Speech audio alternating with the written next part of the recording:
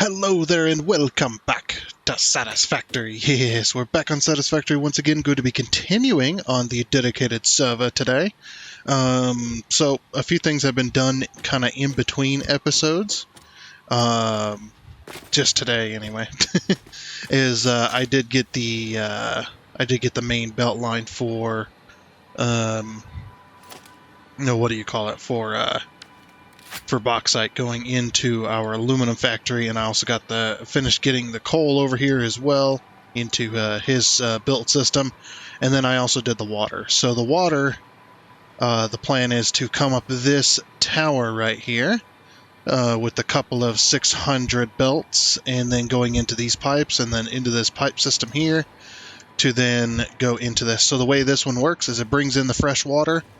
The fresh water then gets split into three, which turns this 600 pipe into a 200 pipe on each of these legs here, because 200 times 3 is 600, and then we've dumbed these down to 175. We may have to adjust these still because it might not be exact, but what I did was I took the 434, which is what the machines are needing per machine, and I've subtracted it by 260, which is what the alumina solution, or so the aluminum scrap machines make, because they have an excess of water. So that water then gets fed back into the system through here. I'm going to put valves. I forgot to put valves on these, just so the water doesn't get pushed back into the system. So we should probably do that. But these ones we won't adjust. I might put pumps on these instead. Well, nah. That's okay. Yeah, I just don't want the water being pushed into the system. I guess it really doesn't matter all that much, but that's okay. Yeah. I'm doing my intro. Oh, autosave. Come on, autosave. Come on, autosave. There we go. Jeez. Taking forever. See, these ones will... we'll paint these ones blue. They're just there as a stopgap, or as a stop to keep it from overflowing the system. But yeah, so that's the way the pipes work. So the pipes come from the aluminum scrap over to here, go into this piece of section, and go up into the system. And then the fresh water is then pushed in as well, just to keep the system from overloading itself. So that is basically that, and it looks good. But anyway, so we're going to be joining DDG in chat in just here in a second. He is a live streamer here on YouTube. If you'd like to check out his channel, his live stream channel, then the link to his channel will be down in the description below of this video, along with him and others on my main YouTube page underneath the friendly content creator section. So if you get the chance, definitely check them out. Where's he at? He is doing something. What is he doing? Oh, he's doing... I think he might be doing aluminum scrap. Yeah, so... Yeah, like I said, it's going to be in the description. So let's... we'll probably we'll be finishing this up. Hopefully we can get this factory running today. We should. That would be nice. But we shall see. So let's go ahead and hop on into chat and see what kind of stuff we can get done today.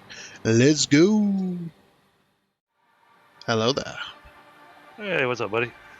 Okay, it's 2, 3, 4.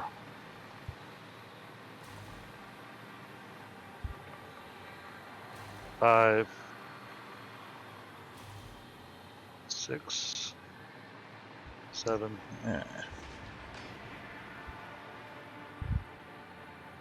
Doing 8, aluminum ingots. 9, 10, 11, You are currently 451% less efficient than your 12. peers. 13. 14. This might not be the right way to set this up. I think we're going to want it with belt issues.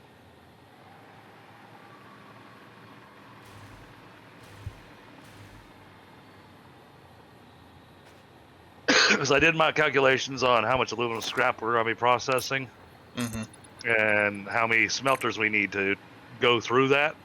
Right. And we need 31 smelters. With fully overclocked, right? Yeah. Okay. About 30. We need 30.896. So it's going to be all but one of them will be fully overclocked. Yeah. And looks like we will have enough room, though, to do copper up here as well. Then we combine the copper and aluminum and turn them into sheets and casings. And That's what I was thinking. the next floor down. Yep. And if you saw, I went ahead and played with the elevator, labeled the floors. Oh, nice. No, So I was gone. Now you know where you're going. And I learned something very important. That's why you saw me log out of the game and then back in. Okay. When you're in your hover pack, do not hover inside the elevator. Oh, yeah? I've never tried. Yeah. Don't be hovering and then push a button in the elevator to go somewhere. First off, it had me bouncing all over the place. Second off, it just absolutely wrecked my FPS. But then I figured once I got my feet on the ground, walked out of the elevator, that my FPS would clear up. And it didn't. I had to go back to the main menu and reconnect to the game, and then my FPS cleared up. Yeah, I guess they just never expected anybody to do that. Because you walk into the elevator, so... Right. Silly But that. I didn't. I floated into the elevator. Now, the other thing I thought was really funny and really interesting was when I did make it up to the top floor, the elevator doors wouldn't open. And I couldn't for the life of me figure out why the elevator doors weren't opening until I actually landed on the ground. And as soon as my feet hit the platform, the doors opened. So apparently it detects whether or not you're actually standing in the elevator or not.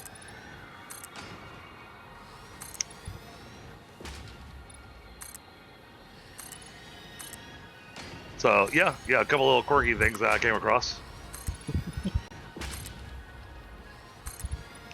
I'm grabbing a smoke real quick, and then gonna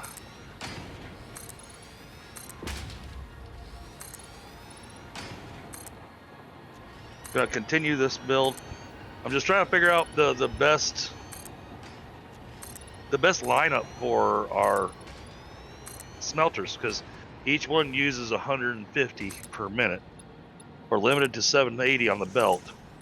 Each of the machines upstairs is making 780 per minute, except for the last one. Yep. It's making a 734.4. Yeah, so you might even have to underclock like one of each belt to either underclock or overclock a certain way to use up the entire belt. Yeah, that's what I was trying to figure out. Yeah. I mean, you can have them all in a line like you do as well, and it'll still work. Just go vertical with the Right. stuffs. Well, I've only got half the smelters down. I still need to put down another 15. 16. If we need more room, we can expand that floor slightly and still match the building. So. Okay, cool. At least a little bit. About extra 4 foundations by 5, 6, 7. Extra 4 by 7 space. Okay.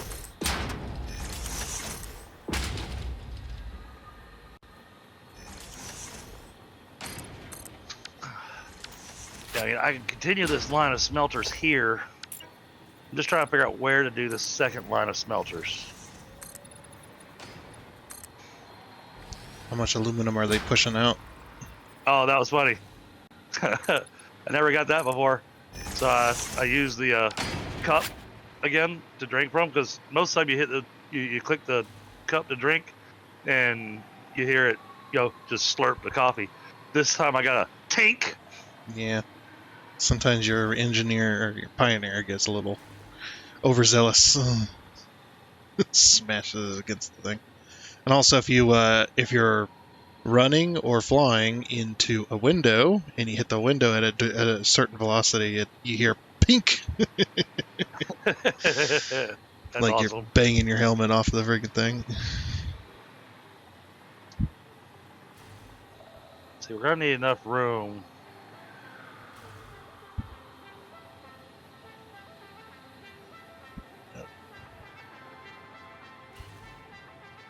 So yeah, I got all the water figured out and got all the valves set. Okay, Whatnot. yeah, I saw that. We may Water. still have to slightly adjust these incoming ones, but Okay. that's okay. The blue ones here that are coming off of those machines, those ones are just so the water doesn't flow back towards the machine. They're just a one-way valve. Okay, makes sense. So, yeah. Yeah, I saw that. But these orange ones, that's why I left them orange, is the ones we're going to be slightly adjusting as Gotcha. we get things running. Yeah. All right. Because with the current math, I'm slightly putting in just ever so slightly more water than the system needs, but we may have to tone it down or tone it up depending on how the system wants to work. So Okay. every time I build one of these, it's always different. Sometimes you got to put less than what the math works out, and sometimes you got to put more than what the math works out. Just depends on the pipe work. So.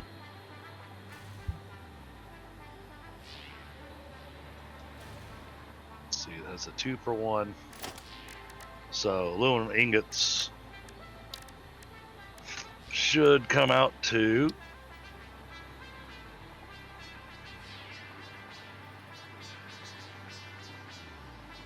$23.17.2.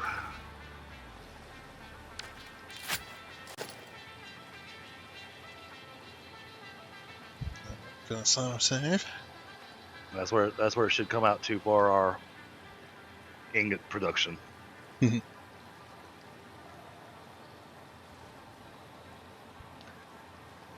Nah, I don't put the coffee cup down when I'm doing math.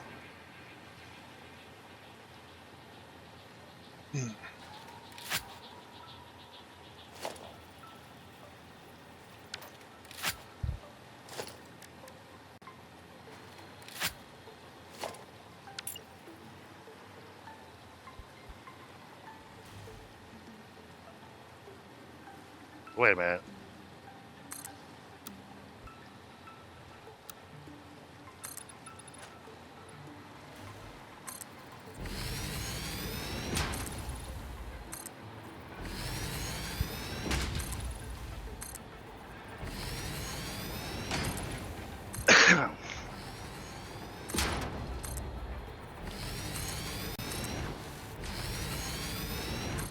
Oh, you know what I should do?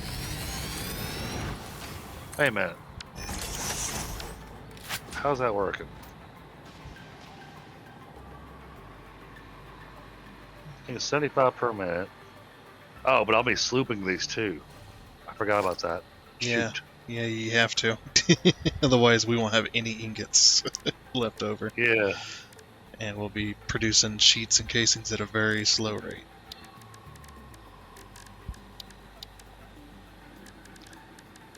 I think that's why I did the grouping the way I did last time.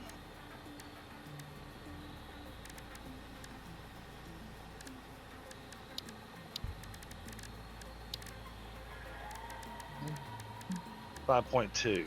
So basically, every 5 machines.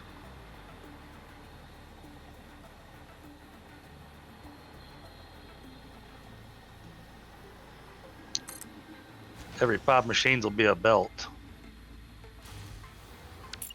So we're looking at 6 belts. With a little extra left over.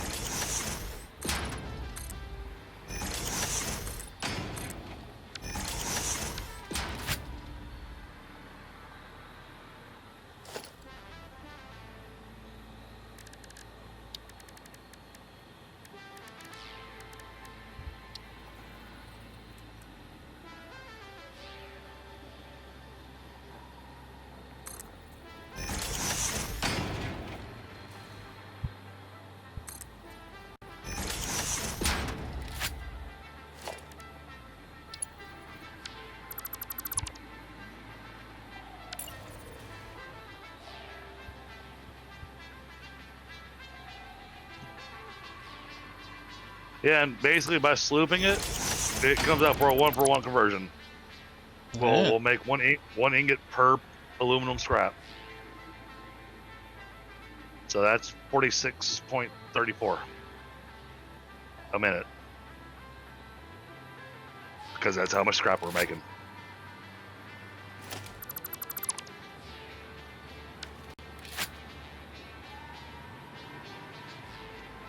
Alright, so I got 1, 2, 3, 4, 5, 6, 7, 8, 9, 10, 11, 12, 13, 14, 15, 16, 17, 18.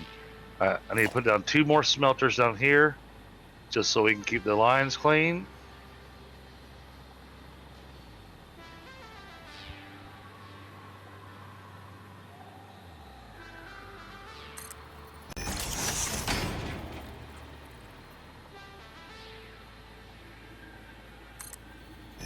Which gives just enough room for a belt to run through here.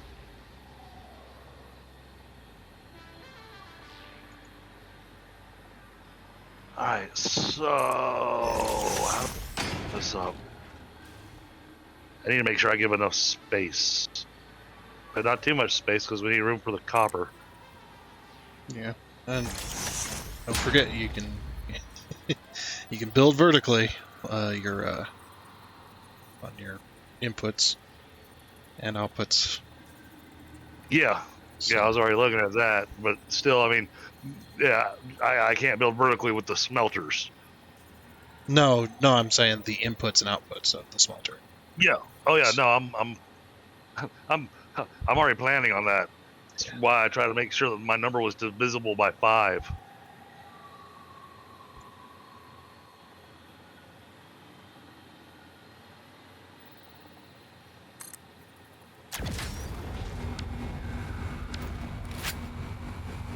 The heck? I don't know. That's the noise it decided to make when I was building a smelter. Yeah, it was funny because some wire and stuff flew out of me, so I'm just like, what? Where'd that go? I wasn't even placing anything that required wire.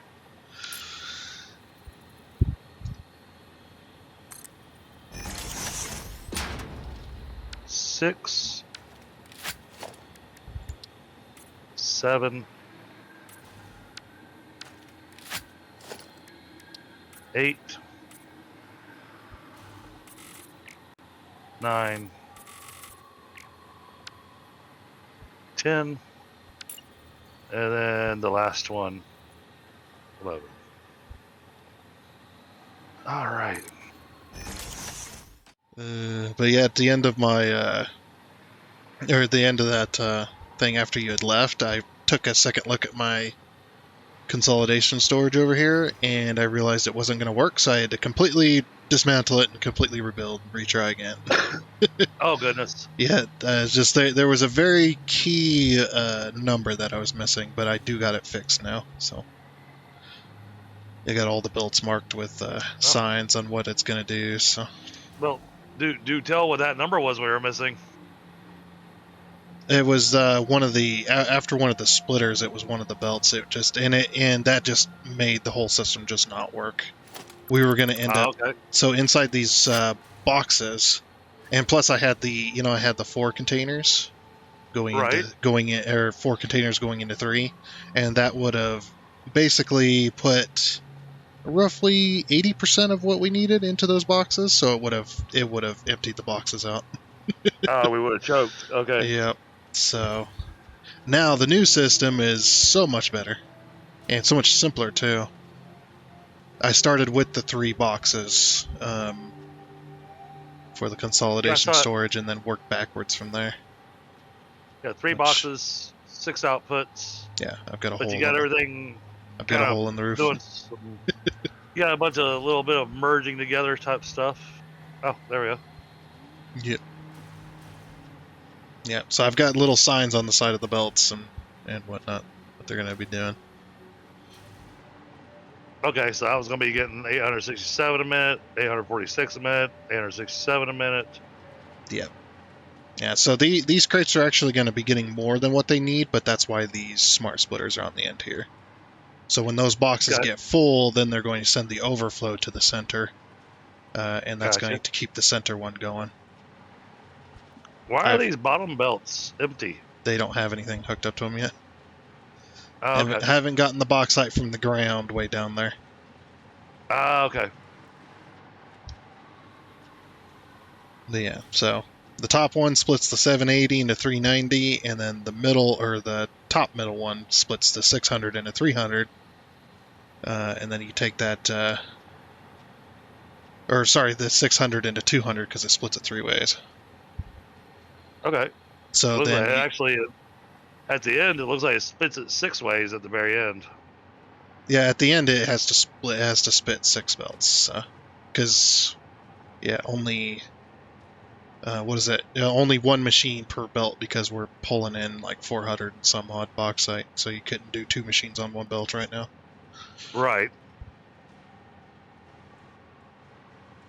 But yeah, it's it'll work perfect.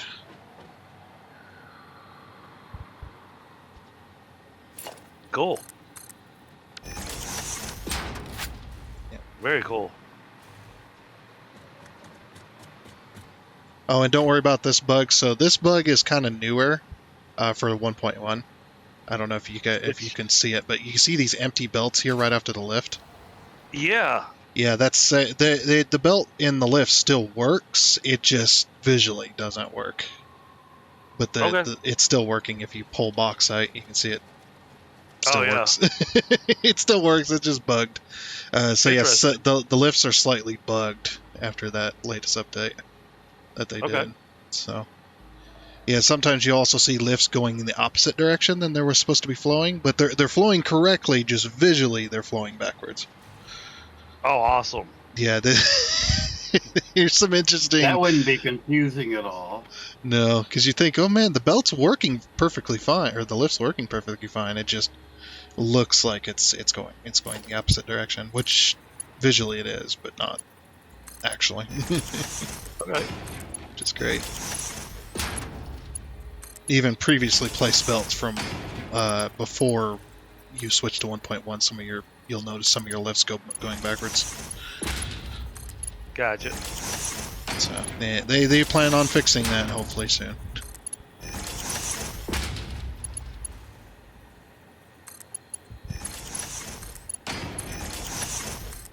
Yeah, the only way to fix it is to completely remove the lift and place it back down.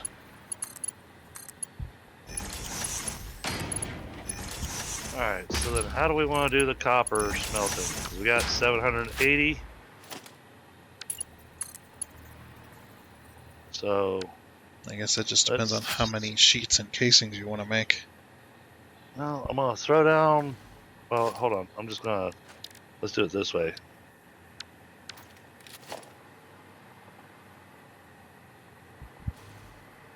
Look at all my... Take a look at all my options on my copper.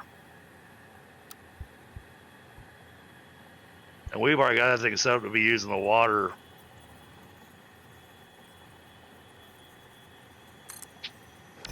Otherwise, I put down refineries and do the pure copper ingot. No, the pure copper ingots would be useless. You get very little extra for all that extra work. Oh yeah, I see. 37.5 per minute versus 30 per minute. Never mind. Yeah, it's just like that one did not get the memo that you need to be making way more in order for it to be worth it. Yeah, and we're getting 1 for 1 on the copper ingots, so let's target this at 250. That gives us 75 per minute. So 75 per minute. That's 11 smelters.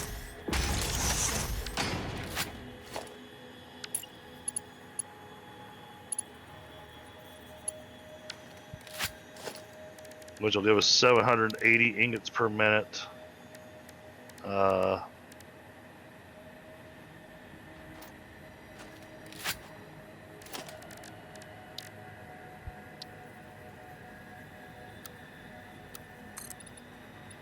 Okay, so both the sheets and the casing. Well, this is the alternate for the casing. That's the one we want to use. Okay. Do we have an alternate for the sheets? Nope. Is there an alternate for the sheets? I don't think so. Okay.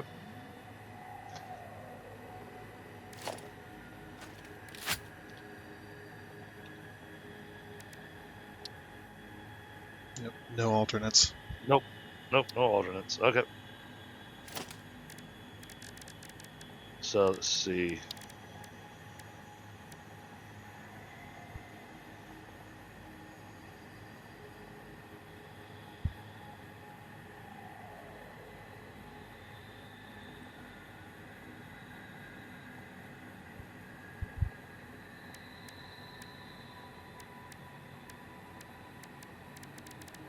That's the.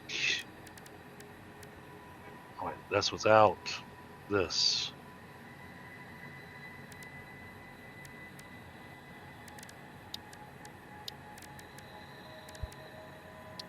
So that's going to want 375 aluminum ingots a minute and 187.5 ingots a minute.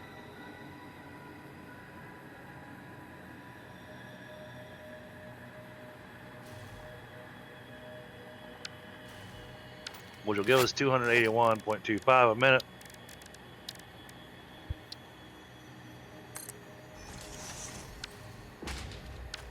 Elevator.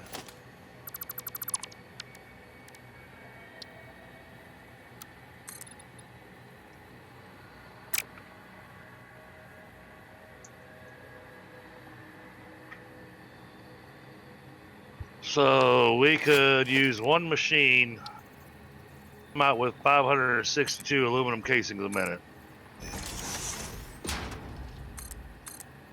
Honestly, I really think we're going to need more sheets than we are casings. Or am I wrong, Tundra? Phase 5 might have a use for those casings. Gotcha. But at our current stage, at stage 4, there's only a couple of things that really needs the casings, and most of those have got alternate recipes that I think those that have alternate recipes we're using. Yeah, I'm just saying that. Oh yeah, we already do have something that's using casings right now. I don't know how it's getting those casings unless we ended up swapping that one for an alternate. I'm not sure. Something or another. But it would be best to. I would think be best to put the infrastructure there so that when we do end up needing it, we don't have to worry. It's already in place. Yeah, I'm just trying to calculate for. And just produce the same amount for each. To be honest. Well, I was looking at the fact that I can already produce 780 copper ingots per minute off of this one copper belt. Mm-hmm. Well, it won't be per minute, but you know what I'm trying to say. It's 1 for 1. One copper for 1 ingot. Okay. Yeah.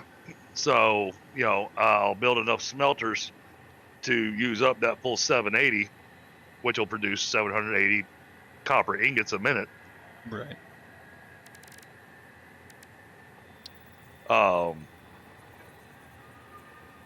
So at 780 copper ingots a minute, I want to make sure we're actually needing them, because I was looking at slooping them, but then I was like, wait, are we actually going to need that many copper ingots? Probably will, because aluminum sheets. Aluminum sheets don't use that many copper ingots. They use a lot less than the casings do. Yeah, but you're gonna want to have a lot of machines. So, yeah. Yeah. I think I ended up with like 30 some assemblers doing copper sheet or doing aluminum sheets. Okay. Something like that. But that was obviously in a different location and a different type of aluminum ingot setup.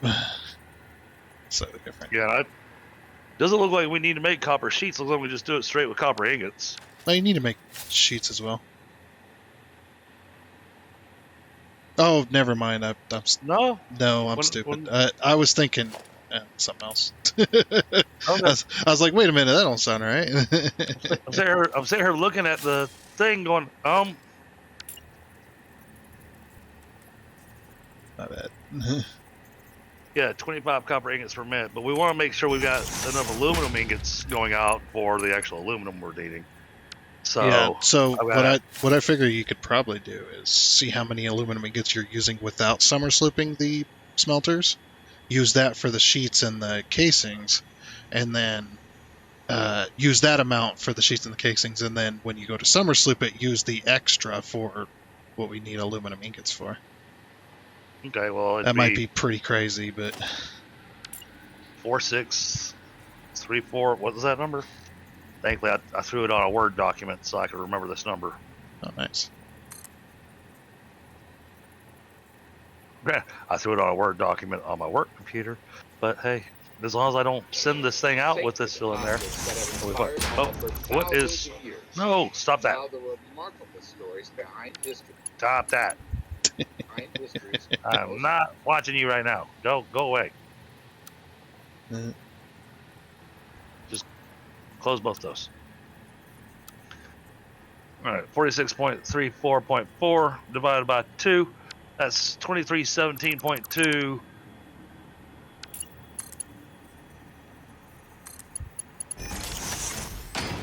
So that's 23.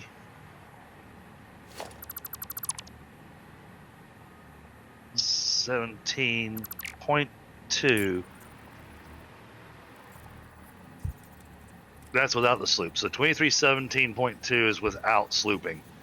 46.34.4 English. 4634.4 is what we'll get with slooping. So I'm trying to run the belts for that 4634.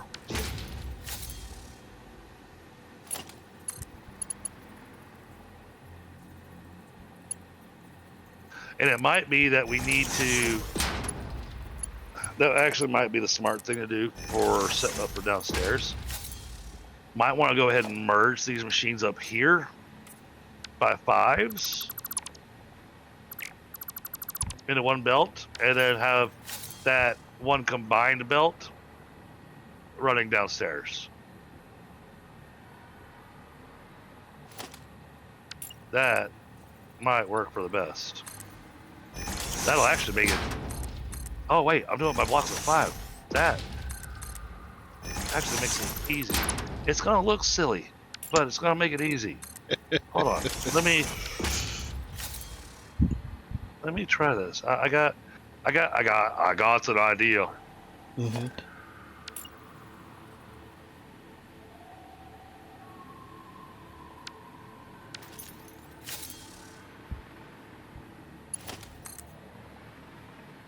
Hey, you went the wrong way.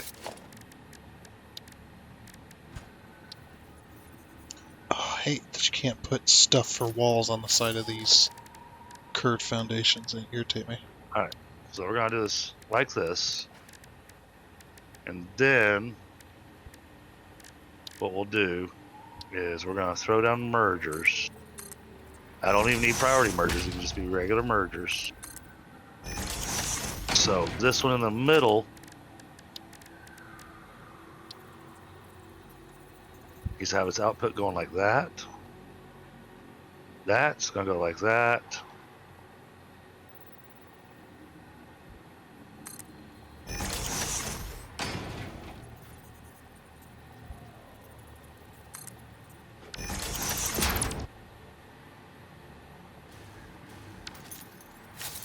Okay, and then this belt connects to there. This belt connects to there. That belt to there. That belt to there. And then I got the challenge of aiming a conveyor hole.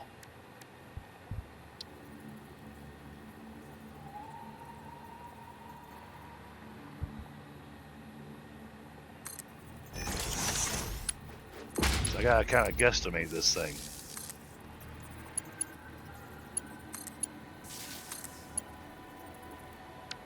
All right, let's make sure we're lined up there. All right.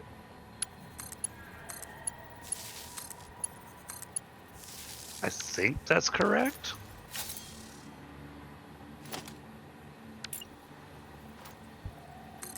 And then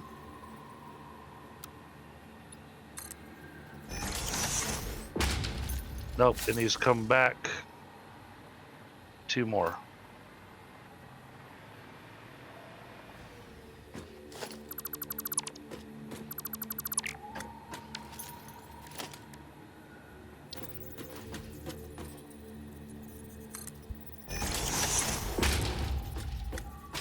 There it goes. Perfect.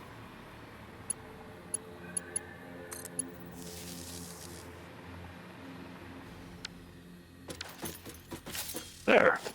Something like that.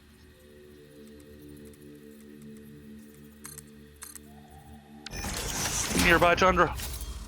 Autosave.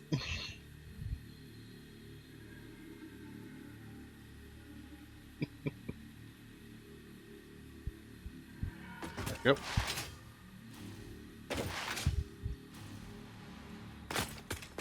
Better ask you to come take a look at the manifold and see what you think. Wait. Which floor? I'm on the aluminum smelting floor. Call elevator. Oh, that's another thing people have been asking for as well for the elevators is a ding sound when you get to the floor you need. Well, Yeah. that's what I'm working on today. Trying to figure out how I really want to do this.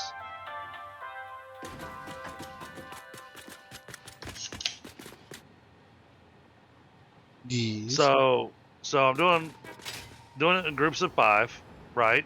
Okay. And I thought, well, hey, a nice way to do this clean and easy is take 2 on one side, take 2 on the other, and then use the middle one as the actual output, and Okay. just kind of merge them together like that. All right. So where you see this lift, all these mergers are all feeding into that one lift, Right. which I thought came out looking pretty clean. Okay. But I want to get your opinion and thought on it because I'm trying not to use up a whole lot of space because I'm gonna need space for other stuff. That uses up very little space. So. Yeah. It's like if you wanted to compact it even more, you could move your floor hole, but yeah, it doesn't use up a whole Well, lot of space at all. I tried moving the floor hole, but it didn't want to play nice. So Unless I can ram, can I ram this thing into the merger? yeah. So if you put the floor hole there. Oops.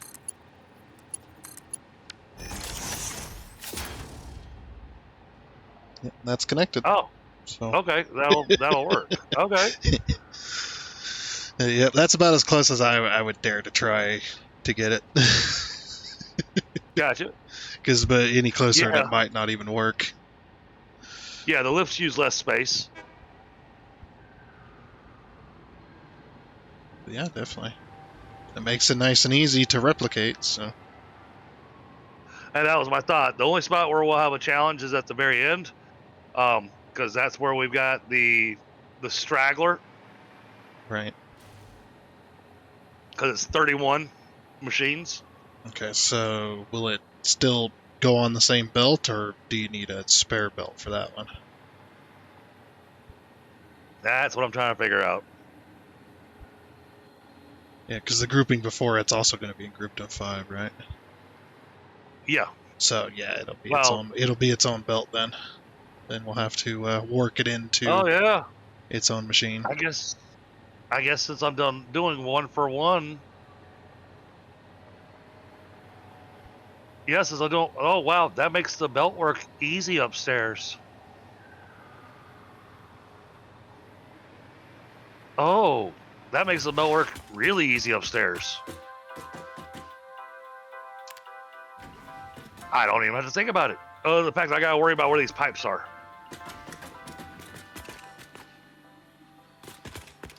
Yeah, But- they should be clean out of your way to go straight into the ground there.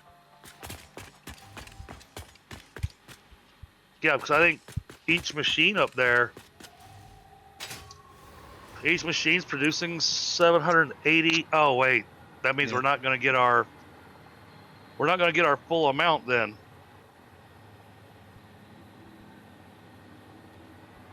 Yeah, you're gonna have to. Each machine's gonna have to have its own output belt.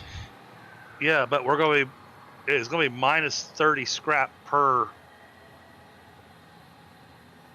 Oh no, wait, we got each one of those at 780. Except for the end, yeah. But yeah, that's where the problem is.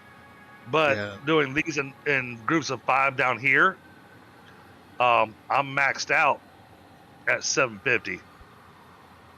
So So I you're got 30. using. So I got 30 scrap that's not being used. Okay, so what you'd have to do then is we could do it up here because we've got a lot of room.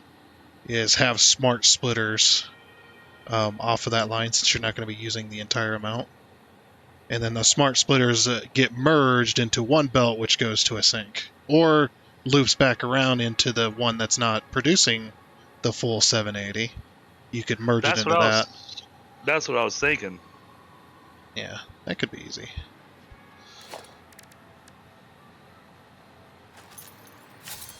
But yeah, I definitely do smart splitters right after this machine first, and then merge all those, and then go into the floor. That will make it easy for the next floor down. Yep. Okay, I think this blueprint's ready. All right. Oh, it's easy to see where the pipelines are. The pipes are right here for me to see where they're at.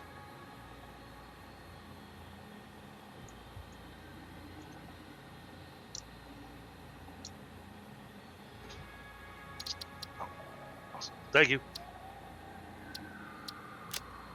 Okay, so 7 8 per minute. So if I pull the belt out just a little ways, throw it as a. Wait a minute. I'm hurting my brain here.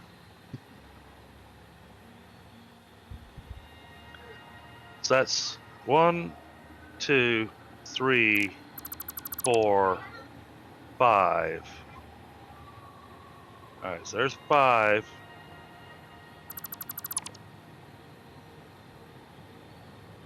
That's 150.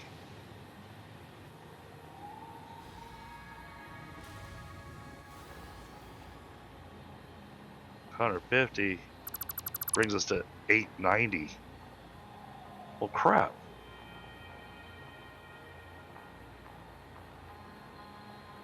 So then after you So I'm gonna have to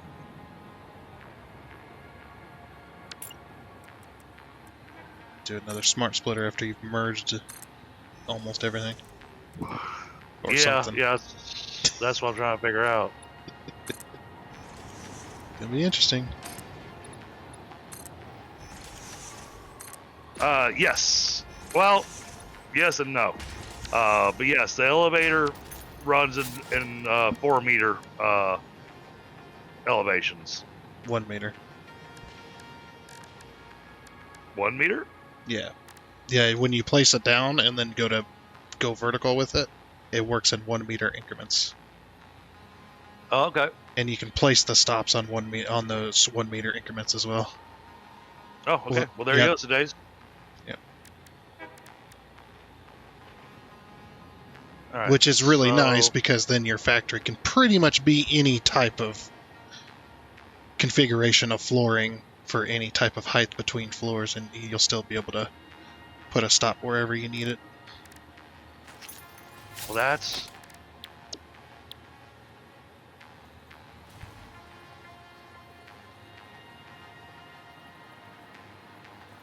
Alright, so that has to go like this.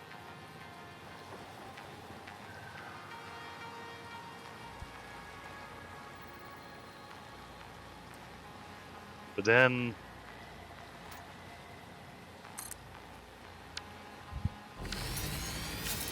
merger only has one output. Oh wait, I think I can make this work.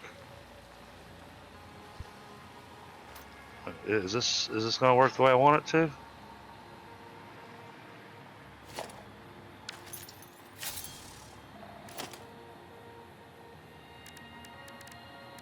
Oh, the other nice thing today is with the because we're on the 1.1 on the experimental branch. Your nudge is now unlimited. You want to see something else cool about 1.1? Damn it! That's still not gonna work. Shit. Because I'm about to use the new auto connect feature. Oh yeah, that is a cool thing to see. Let me hop over there real quick. Yeah, I'm at the water tower. Yep.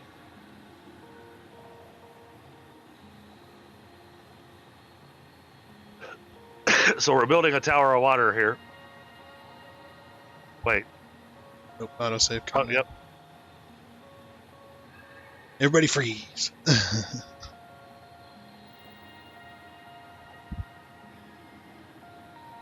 Oh yeah, absolutely.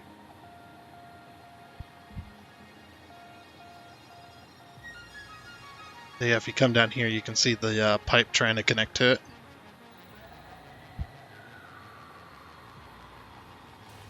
Interestingly enough, I cannot see you trying to place the blueprint. Oh, dang. Again. Okay. Where's the pipe trying to connect though? I Yeah, I see guess- the blueprint sitting on top of the other one, but I'm not seeing the connecting pipe. Out of the pump. Seems like it only connected the one. That's okay though. Yeah, just you could first click and that gives There, it. when Oh, you there it made the goes. first click, now I see it. Yeah, see, I can drag this wherever, and the pipe tries to connect to it. Oh my goodness. Let's get that locked in place. Will it only do that with the same blueprint as the previous one, or will it do it with any blueprint that has Any. pipes and belts roughly in the right area? Yeah, any of them. Yeah. Cool. It looks very confused about the one pipe. Yeah. Well. It doesn't want to place it though. It's because it says it's red. On mine, it wasn't red. Yeah, for It's me, red for me, too. the pipe's doing some really crazy, some crazy Ivan maneuvers. It is doing some weird stuff. Huh? And when I It's say doing crazy something Ivan weird. maneuvers, it looks like it's got two pipes trying to come out of the one pump. Yeah, and that's telling me invalid pipe shape. Oh, well, I'll just have to place it then and connect it. Oh well, still cool though.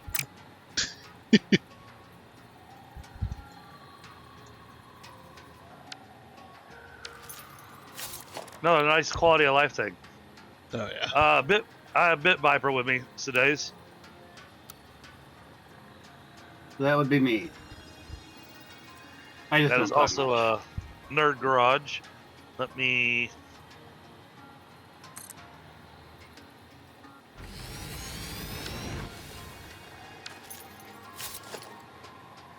I don't have any moderators on right now. He does. He's not. I don't know if you're streaming right now, Bit Viper, or not. Nope.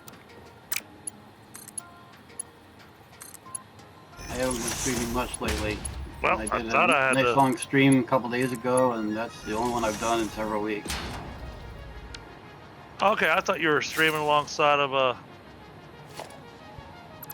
alongside Gib today. Nope, last week I did, not today.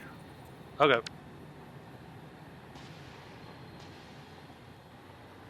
There he goes today's. There's his content. And then the person you heard me talking about, Nope. he hangs out.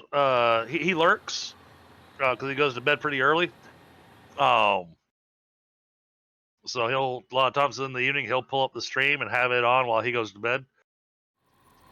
Well, if you want help with setting that up, I might, but give me a few minutes here to try to puzzle it out myself. right? Yeah, just saying. Yeah, I mean, yes, eventually it's going to turn into an Abbott and Costello thing, and I'll be going, Tundra! Yeah, as I was explaining it, I already had it This is visualized on how a way it would work. That's just these 6 machines, right?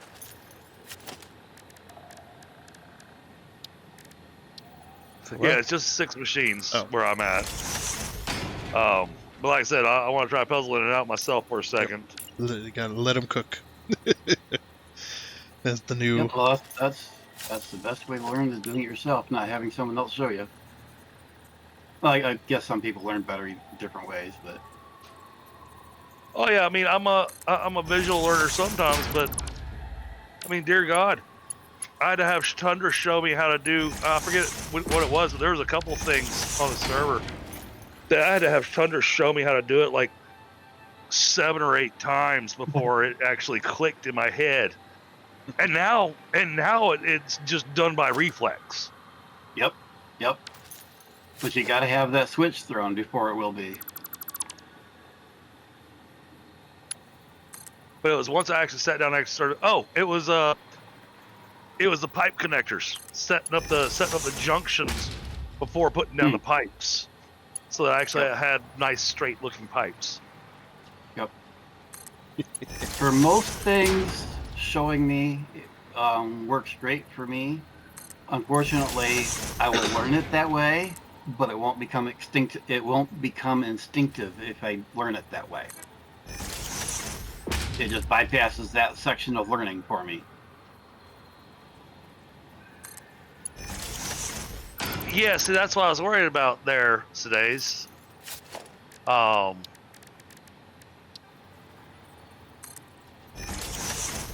how far along have you gotten with 1.1 or 1.0? I mean, did you finish 1.0? Did you start over? Oh, yes, I love the straight option on the pipes.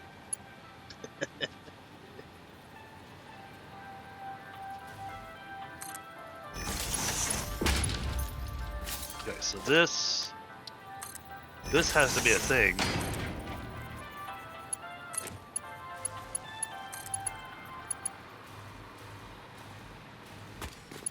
Oh. Oh, I guess I don't need this anymore. Wait, will that work? Come on, delete. Can I?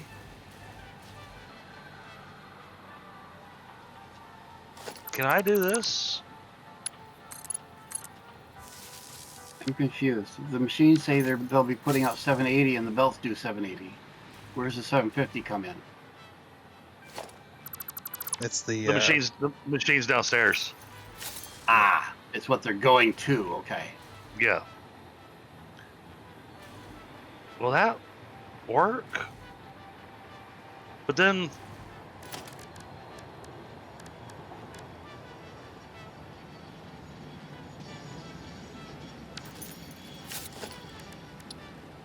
okay, so if I do this,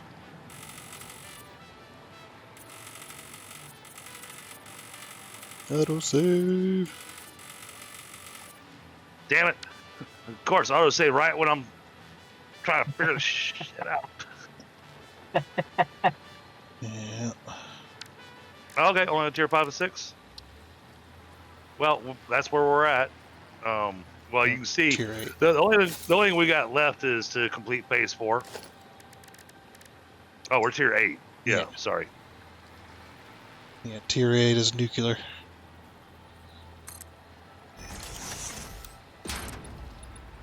I was saying I loved having you on before, so if you want to join us again, you're more than welcome to today. Just let me know.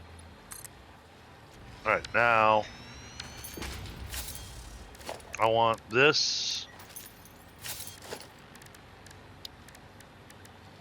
to do. Oh, these fit. Nice. That.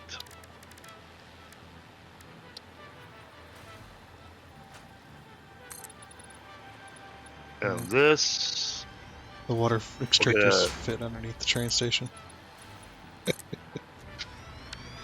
And this will get a conveyor hole right there. And then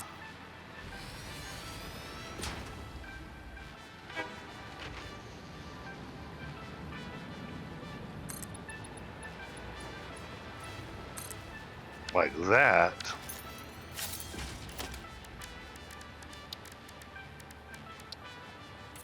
So now you said the smart splitter has an issue on experimental? No. Alright, today's. No, it doesn't. Okay. So then, like I say, I want this to be a smart splitter instead. Oh, how do I just replace a splitter with a smart splitter? Hold control. Thank you. Yeah, just look at your outputs to make sure it's going the way. Sometimes they don't always want to replace it perfectly. Okay. Now, the right output is going to be overflow.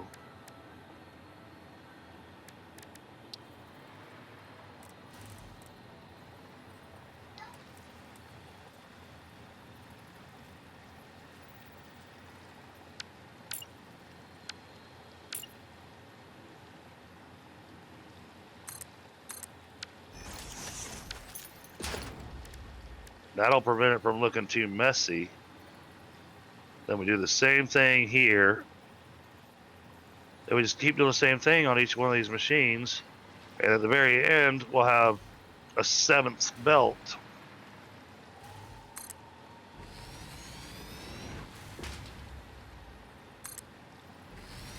I hear you.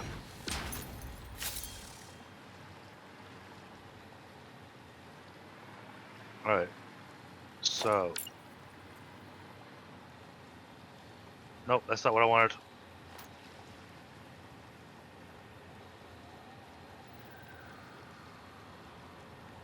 Now this.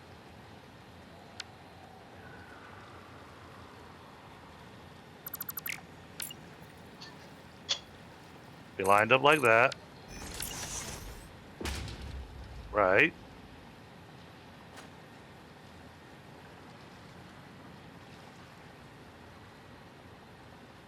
That's going to be like that.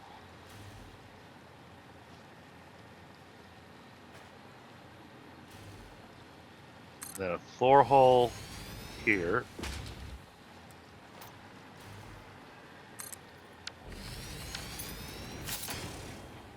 That may be intentional, but those two base splitters are not lined up.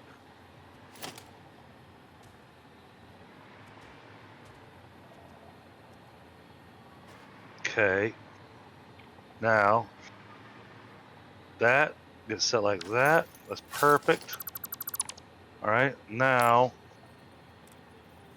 this needs to be a merger, and I want it going that way.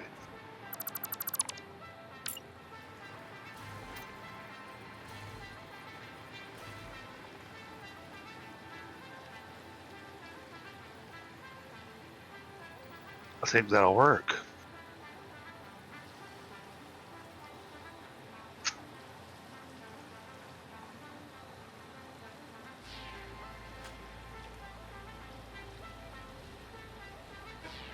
Oh, that's weird. Oh, yeah, I got too many things in place, so it's giving me too many guidelines to work with. It happens.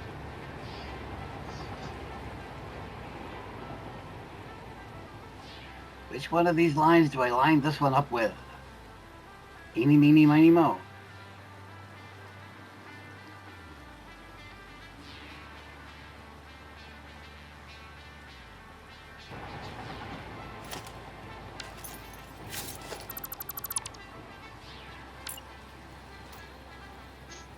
All right, Tundra, I've got my idea.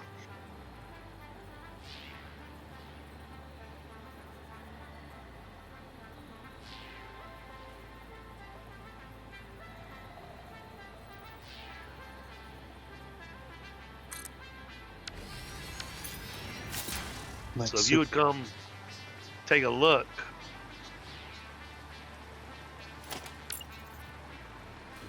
Because I think it'll actually keep it still looking clean. Ooh, those just fit. Like the top of the water extractor's touching the bottom of the floor. Oh, wow. Like, that's a tight fit. Oh, Hey, I need to erase one and move it back a little bit, but I've got enough down here for the concept. So what's this second smart splitter doing? All right, so you got your... Stop that. So we got our smart splitter here. Mm-hmm. That's going... I don't know why it replaced this replaced this splitter with a smart splitter at the same time that I replaced this splitter. Strange. But so the overage is going to the right. Right. So we're gonna have the overflow coming out up here. Mm-hmm. That way we can keep the full 750 coming down through there, and then as it backs up, this will come out this side, and then Right. it merges with, and then it's gonna merge with this one, which is also getting its little overflow, and that's gonna continue down the line all the way to this last one, and then it's gonna have to have an overflow from this one as well, and it'll be a sixth line. 1, 2, 3, 4, 5, 6. There's 6 machines, so it'll be a 7th belt. Okay. And so that's going to be basically 30 per machine. 60. No, 30, you're right. That's 150 plus whatever the sixth one's doing. The 6th one is actually only doing 743, Okay. 743.4. Yeah, so even if you merged it, you're gonna have to split right before the merge, or smart split right before the merge, so it doesn't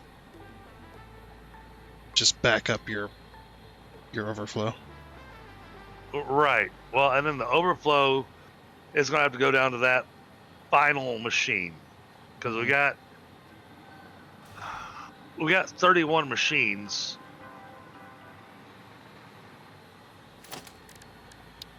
And I think that this here is set to 734 because it's taking into account the maximum that we can produce of the alumina solution. Mm-hmm. I think we've got this built to max out the bauxite.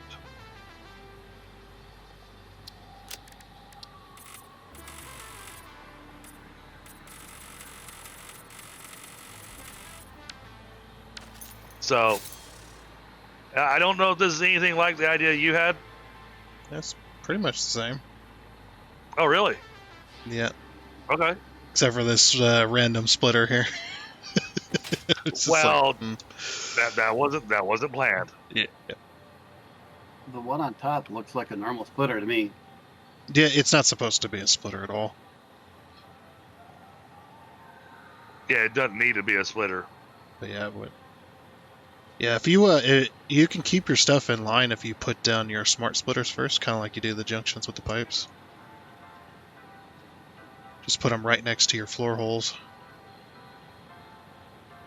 Then you can connect the lift to it, and then... Wait, what? Put down your smart splitters first, and then connect the belts and the lift to it. Or the belts and the lifts. Oh, yeah. No, like you that do makes sense. with the pipes. That makes sense. That would actually make it easier for me to line stuff up. Yeah. Then you don't have all those extra lines because you've got the lifts and Right. whatnot. Somebody's still in Christmas mode. Or Fixmas mode.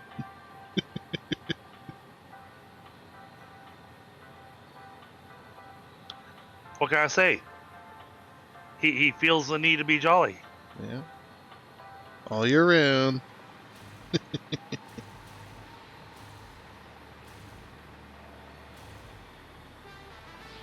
Sweet. Yeah, Sounds the like, big different. I sounds gotta like you had think fun. snow.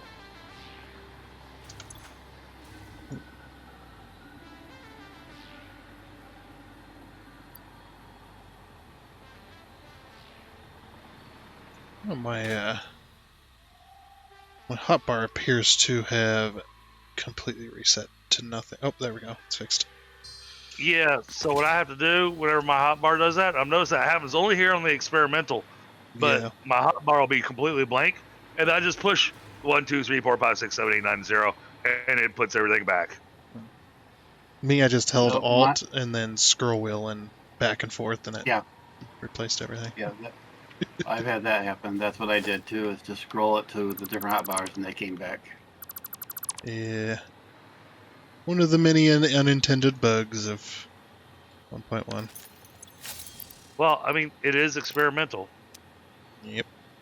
Hey, it's not even early access. It's experimental. Yep.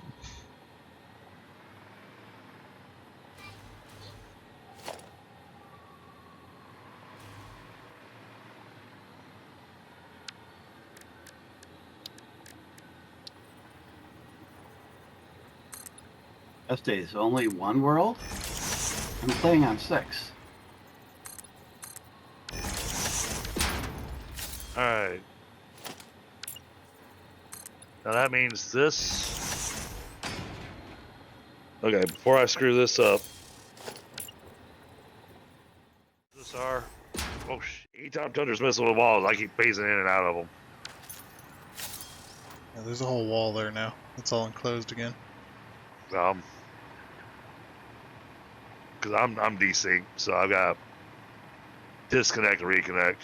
Yeah, I'm back up to that 307 milliseconds. Woo! Kicked me way back here.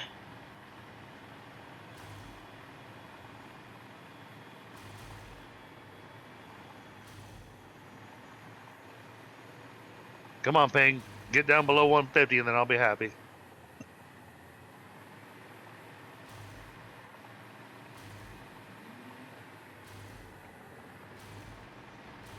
That's close enough. Alrighty.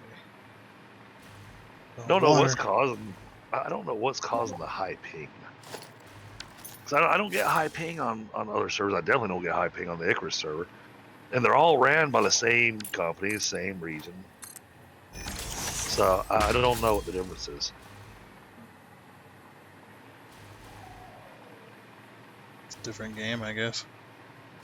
Well, part of it I have noticed that, and this probably works the same way. When there's no players on the server, whoever connects first counts as the quote unquote host. Yeah. And so they get priority on ping. And so it's going to your place first, and then it goes to everybody else. So what you're saying is your high ping rate's my fault. It could be.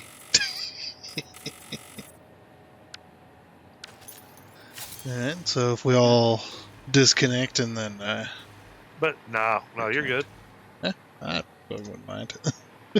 It's like, because I know mine's definitely higher than it should be. All right. So, well, no, I mean, if yours higher than it should be, then it doesn't matter. Because that means we're all going to be higher than it should be. Yeah, probably. Yeah, I'm at Dragon. 83%.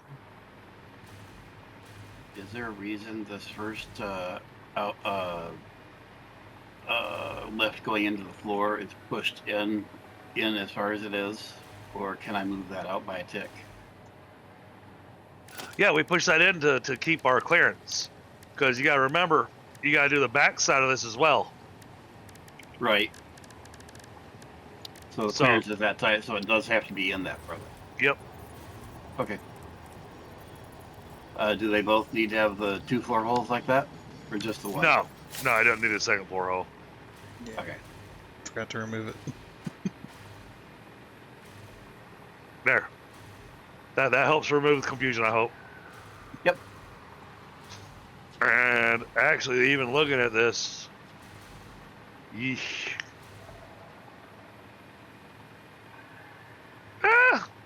It might work, but man, it's gonna be tight.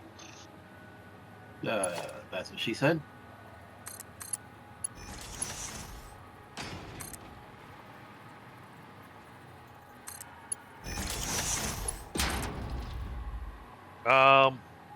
Yep, 1, 2, 3. Yep, perfect.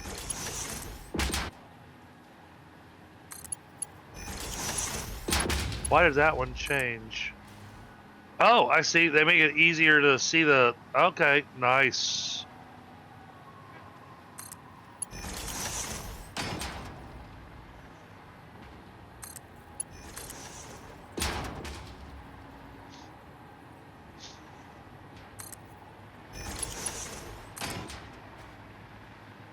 That's one of the things I like about the game. They have made all kinds of little visual tips to help you understand the orientation of different things.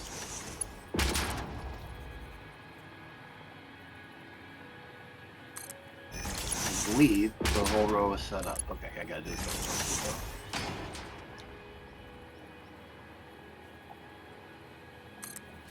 Hey, did that?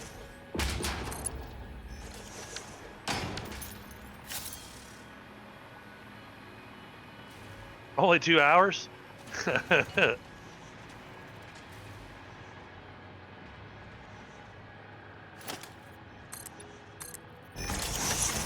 I mean, Bit Viper's already creeping up on the 1,000-hour mark. Oh heavens no, I'm 1100 plus by now. Oh, okay, you broke the 1,000-hour mark. But I also know you're playing on multiple servers. Yeah, I've got 2 single player of my own going. I've got 2 servers, my own server and this server running, and then I've got 2 other guys, Gibbs and another guy, roughly the same level, that I'm also playing with them on at times. So Okay. that's 6 different worlds that I'm playing on. All right, now I'm trying to figure out how I want to run the belts from the floor holes and the ceilings down to our respective inputs. Because if you look at where I'm at, I'm stepping away for a smoke. But if you look at where I'm at, you can see how I did the input here. The input's basically a mirror image of how we're doing the output.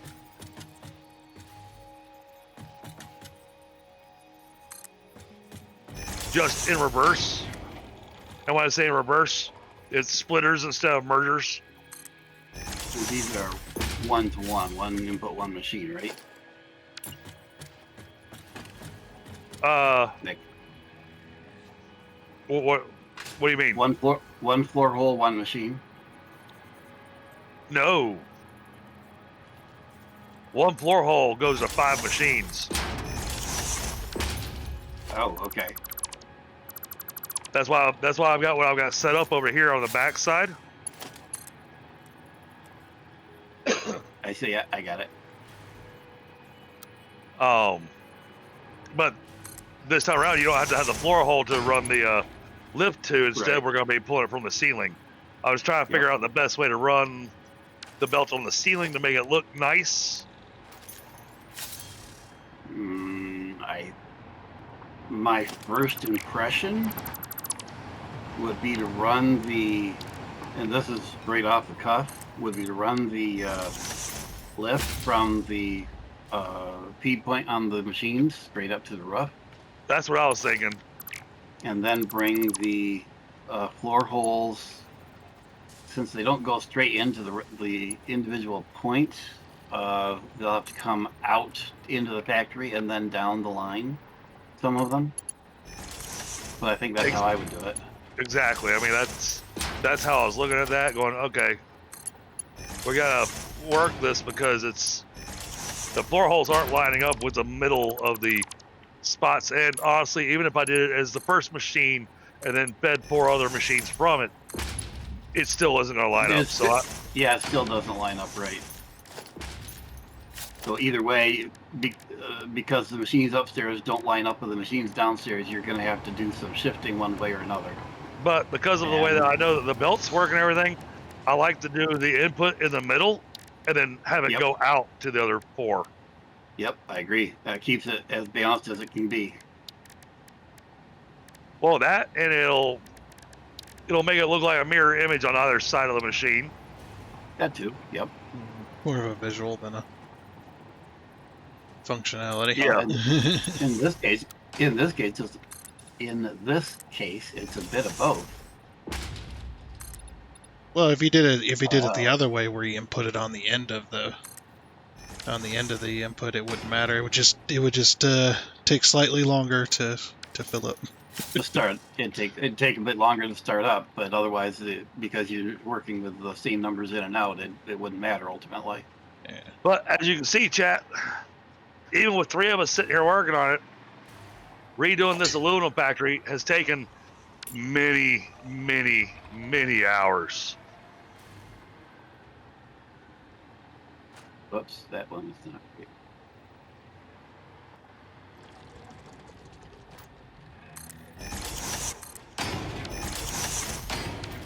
All right, Will now you sample what I'm pointing at already?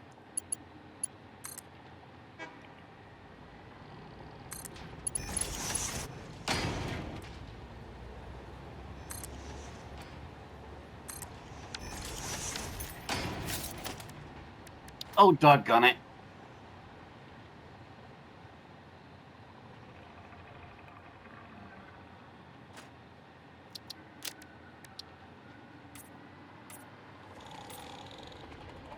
Now I'm gonna change this to straight belts.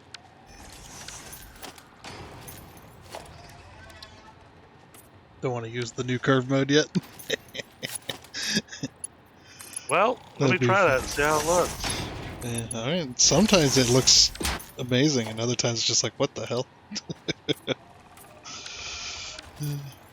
The curve mode has some idiosyncrasies to it. Curve mode makes it an invalid shape. So.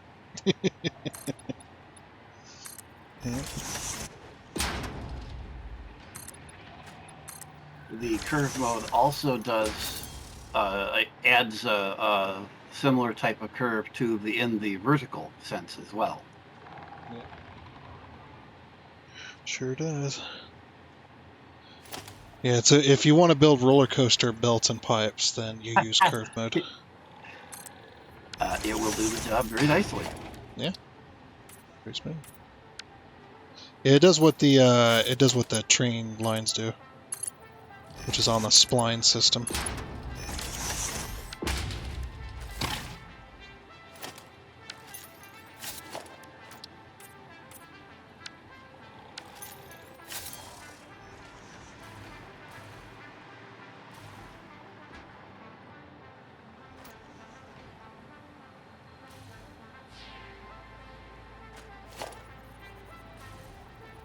Go to this middle one here. So these 4 holes are 1 extra tick again. Do I need to push the 4 holes in on the back side of these 2? The second row? Give me a second.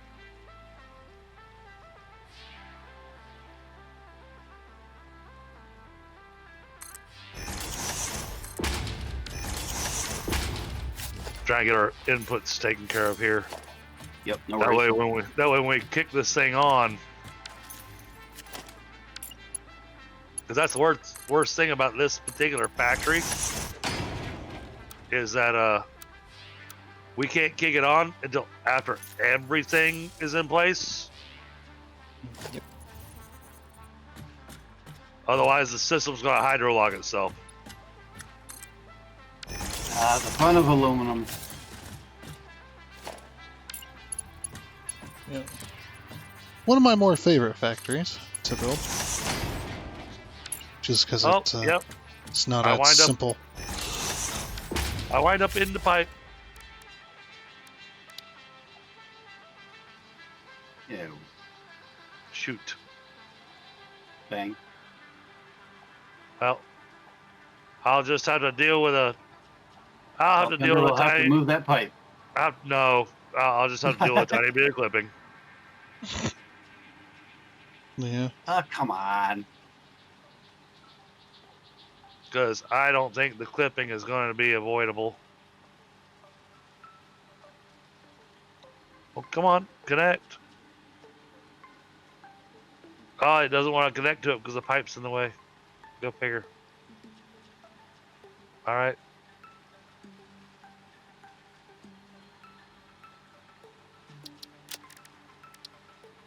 Wait. Oh. Because for some reason, this lift is...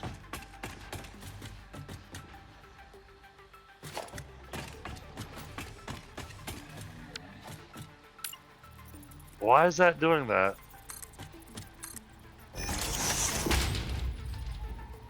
I really wish they had a mark on the lift that indicated whether it was going up or down.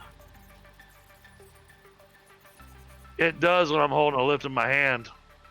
Yeah, but you got to have something in your hand or something similar to it to But for do it. some reason... Okay, I gotta go back upstairs. I screwed something up. Oh, hey, nice. You broke 600. Oh yeah, I broke 600 last night. Very good.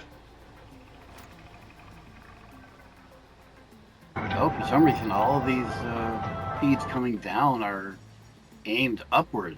Interesting. Yeah, I'm trying to figure out what I screwed up here. Oh. You know what I think I screwed up? I think these smart splitters aren't right.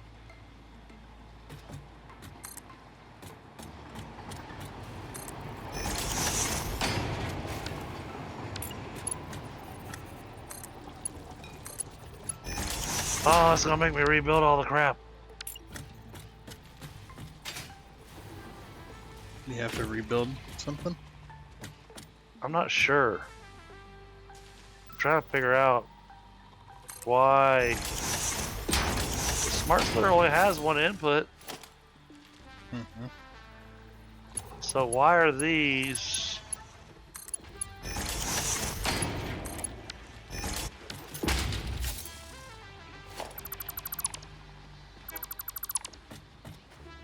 So let me try on this one.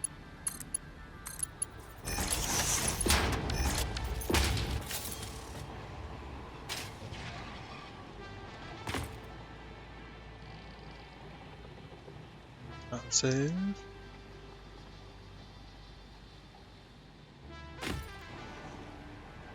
Oh, because your lift below your floor is already in place. Oh, You need no.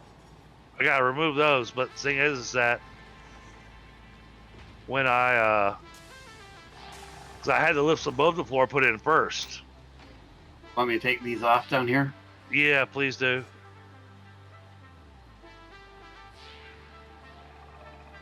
Yeah, it could have bugged out sometimes.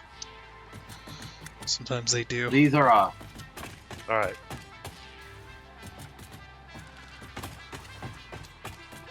Okay.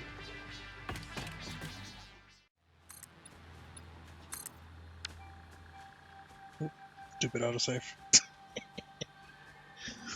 And then on the export end of it, if we do it correctly, actually no, it's easy because copper's 1 for 1. So just build a manifold on the export side of it to merge all the machines together. And that'll give us one belt of 780 copper ingots a minute.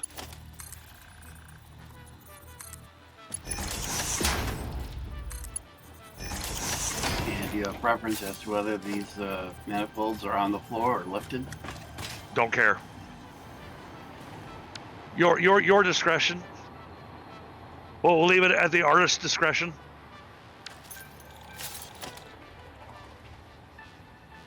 As with everything else, they both have their advantages.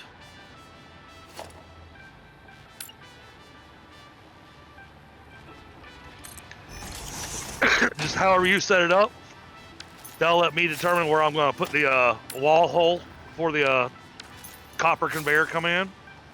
And now we have that flexibility, which is nice.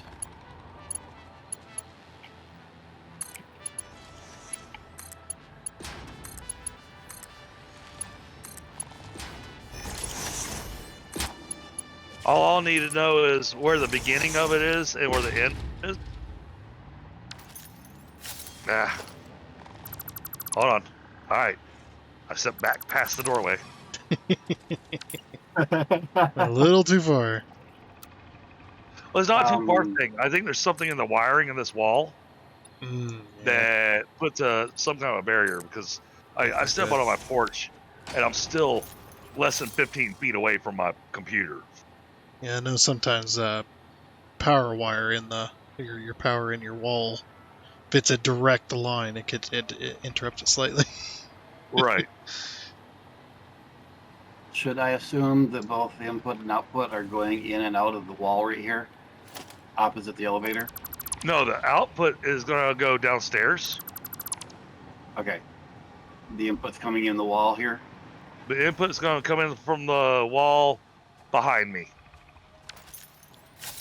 Jeez. Okay, let me ask the question a different way. Which way should the manifold flow? Okay, the copper's going to come in from the east. I'm not worried about which way the manifold flows. Whichever direction you want to do it, we'll work with it. Okay. Because we got to build a stupid number of machines downstairs that are going to be making sheets and casings.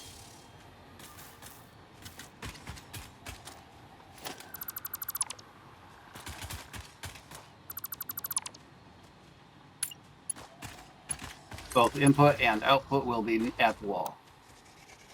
Now, downside is that I don't remember. Like I said, the output just needs to go through a floor hole. Right.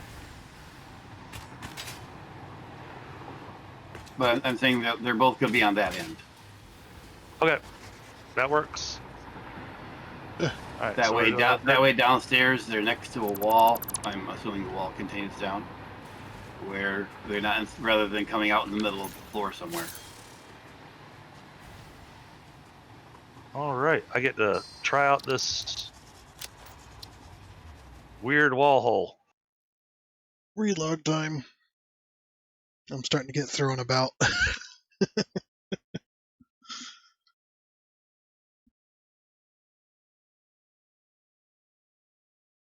Oh. All right, east.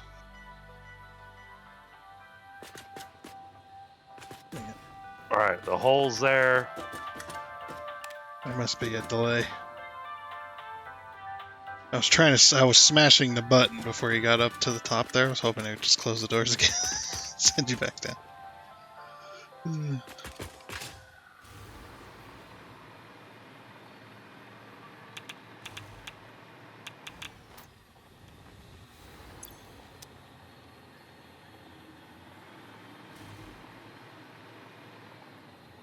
All right, we're gonna bring this over to here.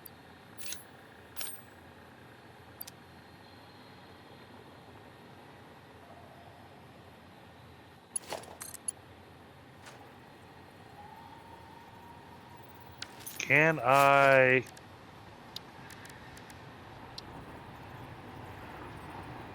No. It won't let me do that. Well, shoot.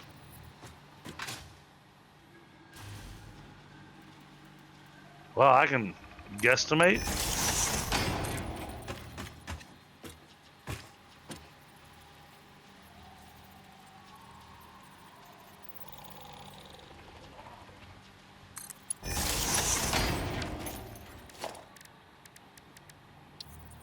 got a weird twist to it that I didn't mean to do.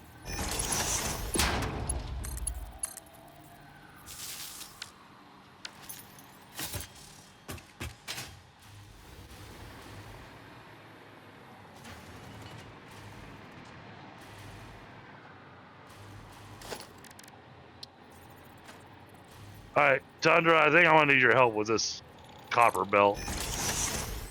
It don't look right. And it's clipping through the wall.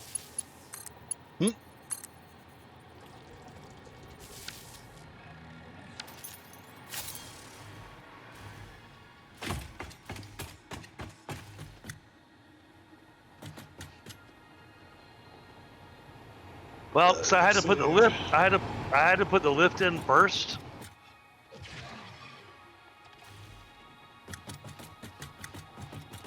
So I had a point for the belt to connect to, and I tried lining it up with a conveyor hole. Permission to fix it? Yeah, go for it. You always have permission to fix it. You're an employee, after all. You know, but it wasn't something that I built, so I didn't want to mess with it without permission. No, I was looking for help to get it looking better. Yeah, I was trying to be a smart ass. Let's see. We're coming up, right? Yeah. All right.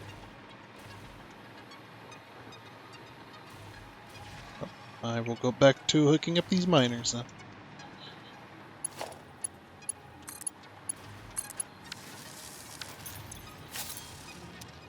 There you go.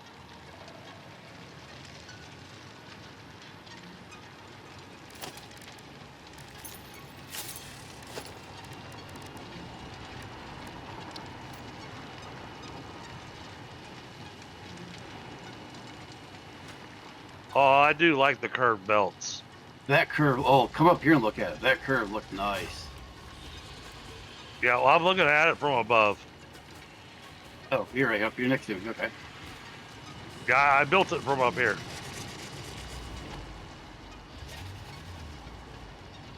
Yeah, that works out nicely. All right, cool.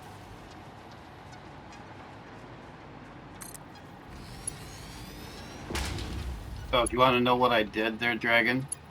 I saw Is it. in order to I get watched. the, okay, I didn't know if you were watching or not. Yeah. No. Anytime I ask for help like that, most of the time I'll stick around and watch what you do, to try to stick it in my head.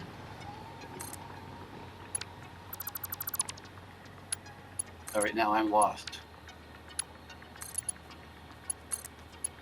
There's an elevator around here somewhere. There it is.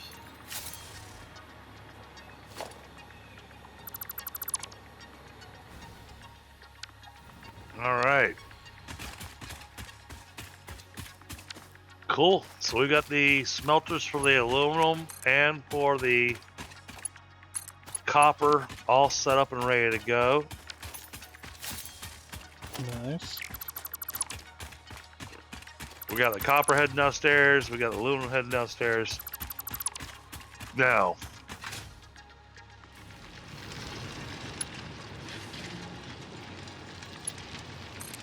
hey, Eric.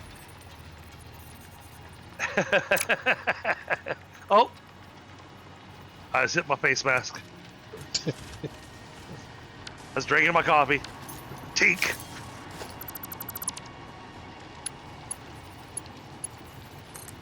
All right, that's got that spaghetti mess going. It's not really a spaghetti mess, but it's a lot of conveyors.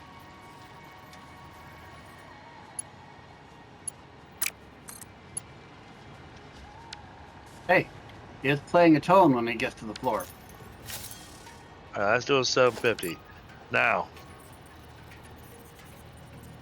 how many aluminum ingots per minute I don't care how your factory was I looks, needing to be just exported? make it efficient. Freaking hate it. I don't care how your factory looks, just make it efficient. Right? But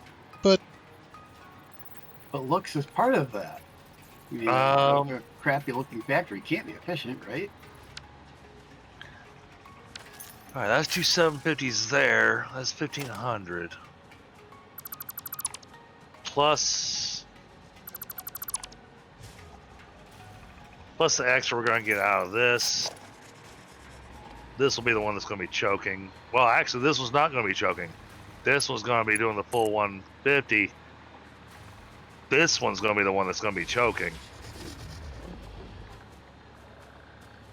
But just barely.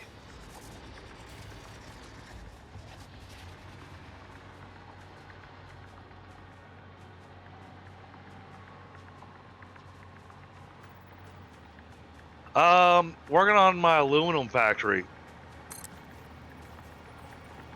So, here, I'll pull this up. what? So, this is one of the most interesting factories to build in the game, but also one of the most frustrating. So, I've got factories that need aluminum ingots. We need alclad aluminum sheets for our belts, and we need aluminum casings for a couple factories. So, the way this thing works, I'll head upstairs so you can see. So,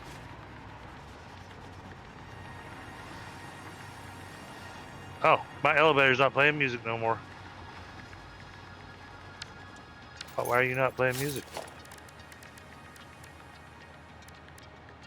I guess it got tired of playing music in the elevator. All right, so this has got a lot going on here. So we're bringing the bauxite in. So we're mining bauxite. That's getting brought in here. And then we're doing a manifold to balance out the bauxite so that we can take advantage of our belt speeds. Our belt speeds are limited to 780 a minute currently. So now it's 780 a minute. These belts, and you see that empty space on the belt? That's not an issue. It's a glitch here on the experimental branch. But now this bauxite is coming here and going into these refineries. These refineries are making alumina solution. And we have these geared up to exact clock speeds for what we need it to be doing. We've gone very precise on our machines here. Then that alumina solution is going into these refineries, where it's going to take that alumina solution plus some coal, and it's going to produce aluminum scrap. The aluminum scrap is what we're actually needing. Now, that aluminum scrap, though, is also going to have a secondary output of water. So that water has to get recycled back into these machines. The trick on this factory is to make sure this area up here doesn't get hydrolocked. So if this can't output water, and this winds up full of water, then it's going to stop the machine. If it stops the machine, then this can't make the aluminum solution, at which point we don't get aluminum.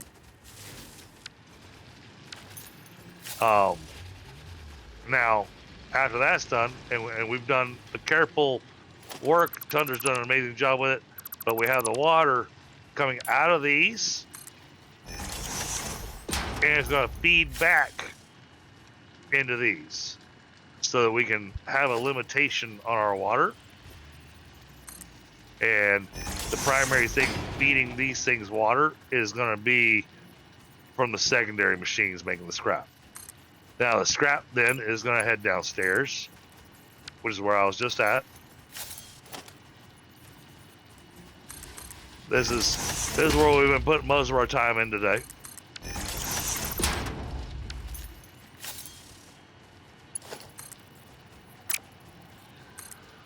And this is where we're doing our smelting. So now, these machines, all these machines you see here, are going to be smelting the aluminum into aluminum ingots.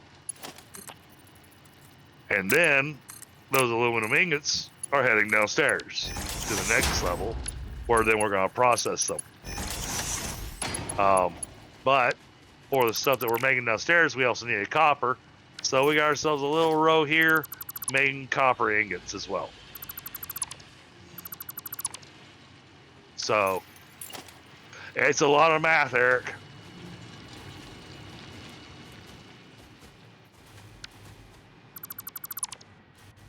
Most other factories that we build in the game, we can wind up going, oh, if it's got a little bit of overage, no worries. You can't do that with aluminum. Aluminum has to be exact. Otherwise, like I said, you hide or lock the system. No, we're not running spreadsheets. We're doing it entirely in our heads and use the end command to do our, because you can use the end command. You see how I look this stuff up. So I'll give you a, for instance, 4634.4. That is how much aluminum scrap per minute I'll be making. And I knew my machines needed are maxing out at 150. So then I divide that by 150, and that told me that I need 30.896 smelters to smelt the aluminum. So we built 31 smelters, knowing full well that I have a group of 5 over here. They're going to choke because we're also limited to our belt speed. Our belt speed is at 780. So 780 is the maximum that we can run on a single belt. And so it's breaking up the machines to make sure we fit that 780 belt speed until we finally finish phase 4. Once we finish phase 4, then we'll be able to get our new belts, which will do 1,200 a minute. So, but no, I do know a lot of people that play Satisfactory that do spreadsheets. However, most of us that do this now, well, no, that's the thing is I don't want to add water to the system because it's outputting water. So we got water pumps downstairs. Oh, that has an amazing look to it. I gotta check something. Because I just noticed I'm not getting music at all. What happened to my music? Music set. When I came down, it dinged when it got to the floor too, which was new. Oh no, I've heard the ding when it goes to the floor, but are you guys getting music? I'm not near the elevator. Let me go look. Well, I mean, I'm not getting elevator music. I'm not getting game music. You didn't sound? I have in-game music turned off, but the elevator is not playing music.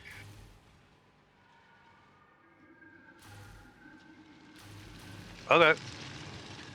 I gotta make sure I talk more. So there's a couple websites that we use. Tundra hooked me up to these, but there's Satisfactory calculators out there to where you can say, all right, this is my input, this is what I've got, this is the output that I want, how do I make it happen? And it'll tell you how many machines you have to build and whatnot to make stuff happen, which is nice. But I also enjoy the challenge of doing the math myself and going, all right, how are we going to build this? How do we want to lay it out? What's the next step? Yeah, there's no elevator music. Seems to be muted. Okay.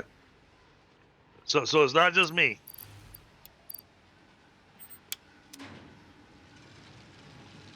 It's really just you. We're just playing along. Yeah, we're just messing with it. That'd be hilarious.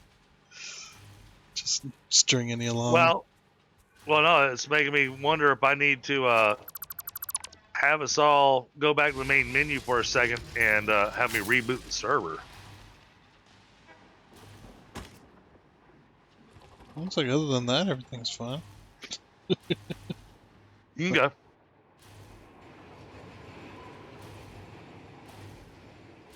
I love the fact that, unlike most every other game out there, they actually have an option in their audio if the music actually plays, but they have this streamer mode, so it mutes the licensed music so that you don't get dinged for having licensed music on your channel. Yep, a feature that every game should have Absolutely. if you have licensed music in your game, and that is. Oh, and there's our lumens kicking in. Oh no, I don't have lumens turned on. That's right. Nope. Because it absolutely obliterated my FPS. Which is interesting.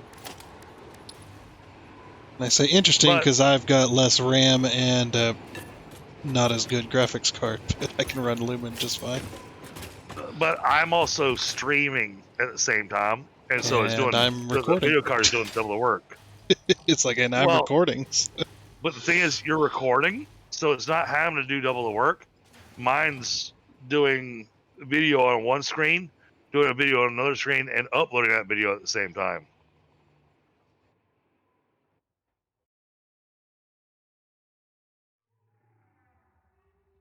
Okay. So that's got that set. And autosave. So now we've got 750 aluminum coming down per opening, except for that one. So I need to go downstairs and hook something up to this one so I can remember that one's only producing 150.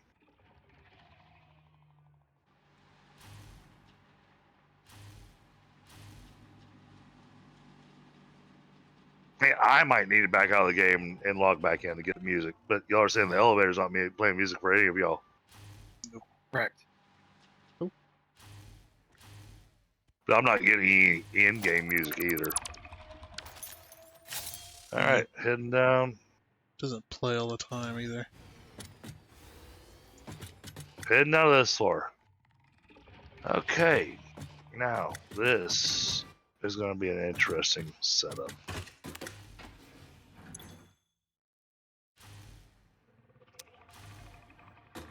All right, bear with me a moment, chat. I'm actually going to back out of the game for a second.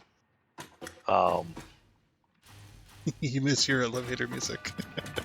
Well, not just the elevator music. I not having the in-game music at all. Because I don't even have it here on the main menu. I don't even have the sounds on the main menu. Oh, yeah, that doesn't sound right. Yeah. Man, I hear the click, click, click as I move my mouse up and down the selections, but you can't hear the factory running or anything. So yeah, I am going to back out of the game for a second. And then we're going to reload it.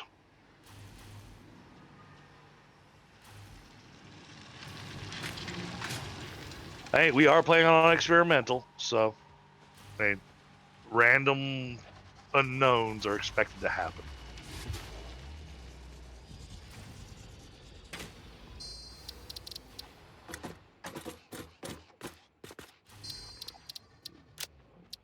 Oh yeah, Eric, if you want to, even if you don't jump in the game, if you want to hop into one of my open voice channels, I'll drag you down in my going live area, and you can ask us questions and whatnot. You're more than welcome to. Yeah, I was say, Bit Viber, you can tell Gib that he's more than welcome to watch the stream from tonight, because all he's going to see is aluminum, and y'all are already there. Boring. No, we're not quite there, but we're going to be there pretty soon.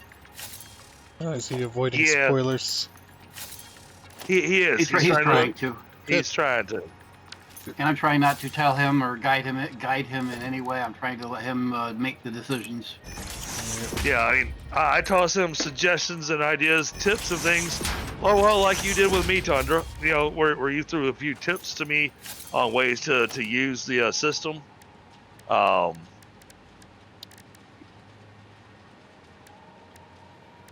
Yes, we got drills set up. Here. This map looks the same because we have radars everywhere. Normally, when you first start and everything, you can't see all this stuff. But, so we're right here in this area. And what you have is these bauxite nodes. And what we've done is we've dropped miners on those. And now, granted,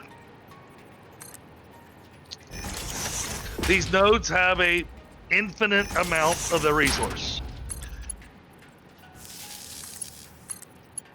But just because it has an infinite amount of the resource doesn't mean that we have all the resource that we need, because you need so much per minute.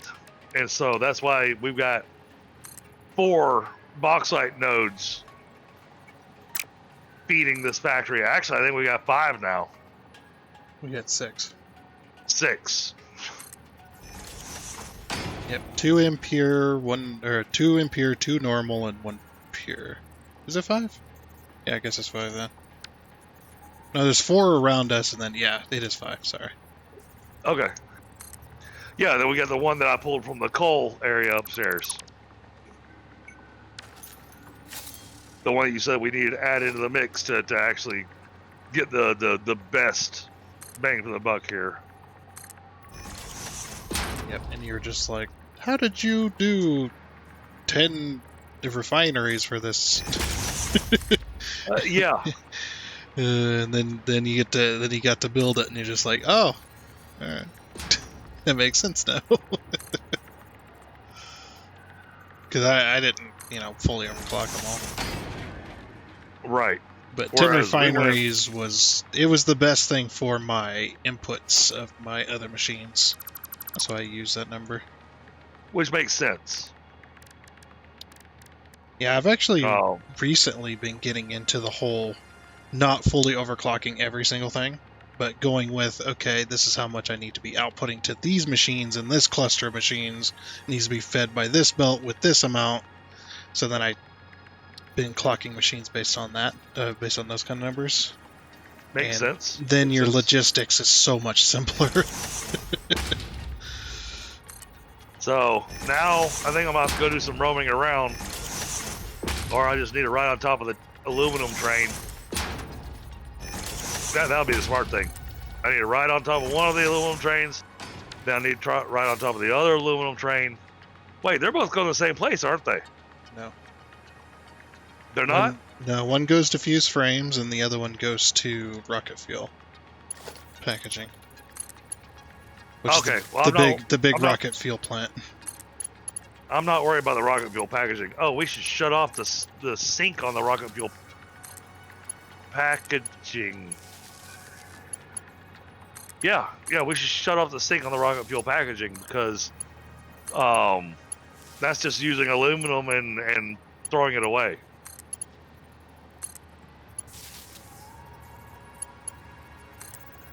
Yeah. I was rethinking for a second, trying to go, wait, are we going to hydrolock if we do that? No, not at all. So, all right. No, not really. I mean, we're going to have aluminum up here, done here shortly anyway. Yeah. I'll say, while I go to check to see, well, damn it, that's not going to work. Working on power up here at the moment. Getting these hooked switches and... So, Bit Viper, we need a bare minimum on that. If you're counting your floors from the top down, so first floor is bauxite processing where we're at. Okay. If you go down to aluminum processing, we're gonna need to have assemblers set up down there. It's just gonna be a bunch of assemblers, but we need assemblers set up for sheets and cases. We're probably gonna sloop those.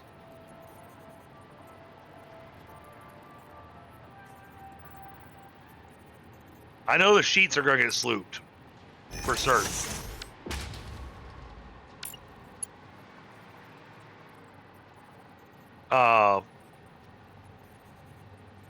If you want to just kind of do yourself a quick calculation, I'll say half the aluminum to go into sheets and casings. Do you mean half each, or only half of it to be used for the two together? Half for the two together. Because I've got to use aluminum ingots for a couple other factories. What I'm going to do is I'm going to go down to the rail station and I'm going to hitch a ride on the trains, get my math for how many ingots I'm actually needing.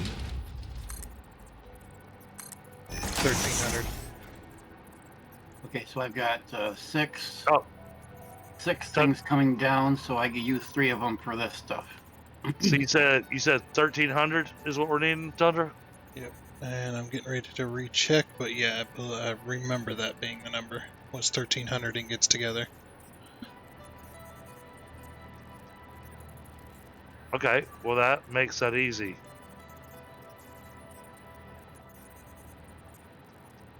Yep, 1,300.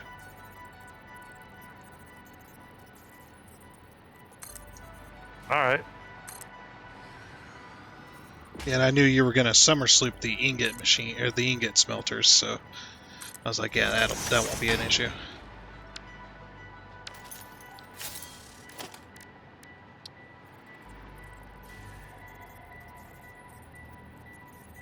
So the full calculation of how many ingots we're making altogether minus 1,300 would be All right. for So then sheets and casings. what we're gonna do is we're gonna take these 2 belts here. All right. Now for the hard part, because I love the fact that they give us guidelines, but it'd be nice if they gave me vertical guidelines. Oh, I don't need to go down the train yet. I hit the wrong one. The buttons are just so small. It's like my freaking keyboard. I got big old monster hands. Any preference All as to which ones I use here? Yep. I want this one here. Yep. And this one here.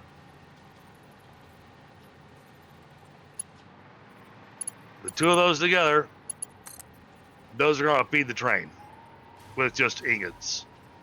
Okay, so I use the other 4 here then?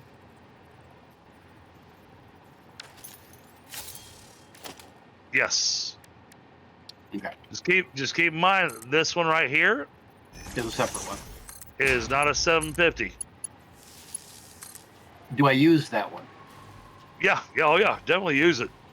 Okay. So that means I use the other 5 then, yes? 4 750s and the spare? 1, 2, 3, 4, 5. Yes. Okay. And use the whatever number of assemblers necessary to eat all that. Yep. And don't forget, you got your copper coming in here. Yep. Copper's over there. And chances are, you need to, when you're going to come up with your sheets and your casings, you're going to need to base it off the copper. So that'll be the limiting factor. Okay. How much copper do I got? Where's 780. right above me? 780 copper. Okay.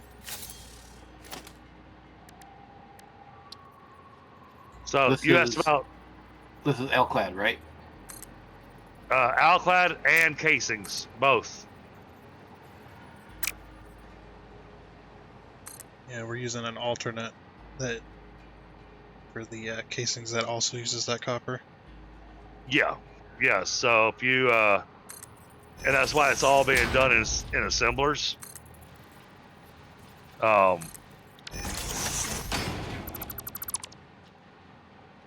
So when I Alclad look casing. at the aluminum casing, you're looking at the Alclad casing is what we're doing.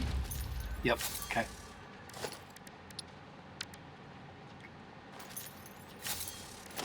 Because it's a big jump. It's 112.5 per minute. And So what do you say for copper? 780 or 750? 780. Okay. So you were asking about the slooping, Eric. So there's alien technology on the planet. And so we've tapped into the alien technology. And we have these things called summer sloops. And so what it does is you can put the same amount in for the recipe, but it doubles the output. But you have to be careful with slooping because I'll give you the example of a place where you really don't want to sloop unless you really want to do some you really got to figure out your math Want to have some fun? because if you do this, you're gonna have to make a packager to package off the water, because if you put a sloop in here, it won't just double the aluminum scrap to, oh my god, how much does it double it to? 1560 per minute. And that's with it not being fully overclocked. I'm not going to touch that because I'm not going to remember that clock speed. But then you wind up with 520 water per minute out of one machine. The pipe has a limit of 600. And the max belt speed's 12. Right. So you wouldn't be able to pull out all the scrap either. So there's places where you definitely don't want to use the sloops.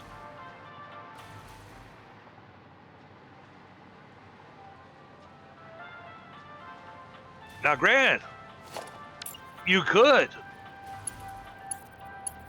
if you wanted to. You could take that 780 aluminum scrap, divided by 2,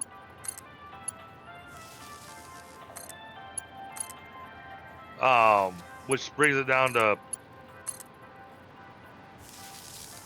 apparently I can't do math now. 780 divided by 2, 390. We could take the machine and tell it 390.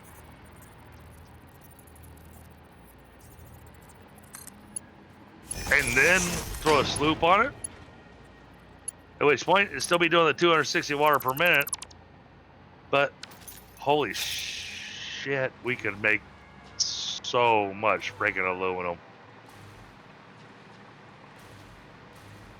I just realized this. How did I just now realize this? We could double to quadruple our aluminum output with our setup.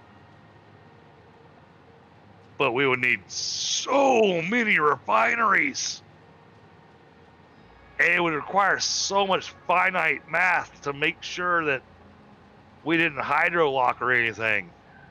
What are you trying to do?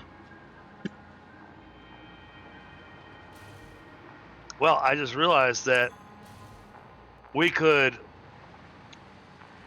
for instance, it was just a for instance thing, Thunder, but we could double the number of refineries, okay, on the aluminum scrap. Double the number of refineries, but set the target production rate at 390, and then throw a sloop in it, which will bring it up to 780.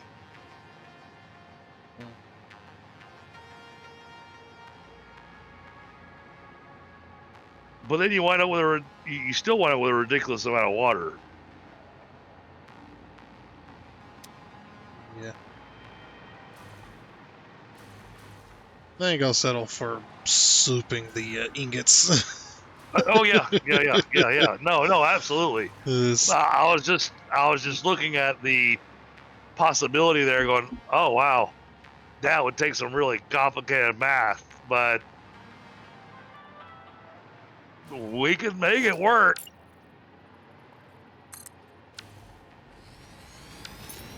Oh, thank you so much, Dreadnought. That's right. I haven't spilled my coffee yet. Even looking straight down.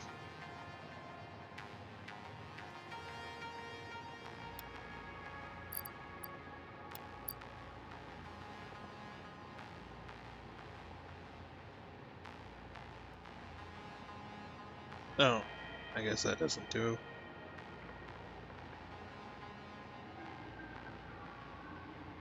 All right. Come down to aluminum processing. Now, how am I going to line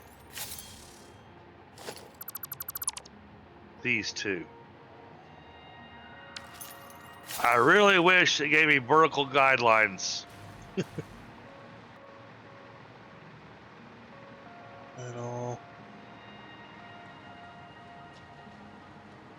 Instead, I had to look at the pattern there. All right.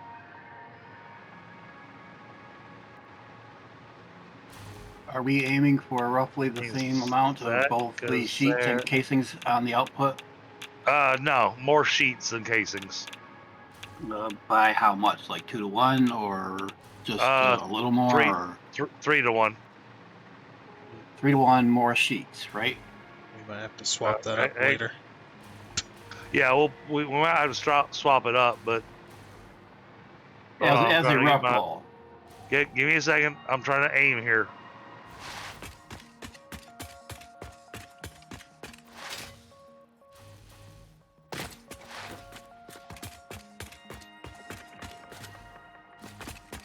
Me personally, I'd do do the same amount each, but Well, I mean, we know that we need more sheets than we do casings, so kind of.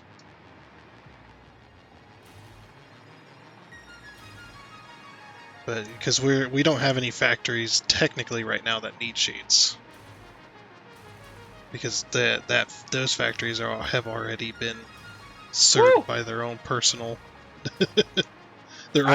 sheet makers. I got them perfect on the first try. Something's wrong. All right, so those are gonna go down there. Now, And the only thing this factory for sheets right now is that it's going to be serving is for our own personal at the moment. true.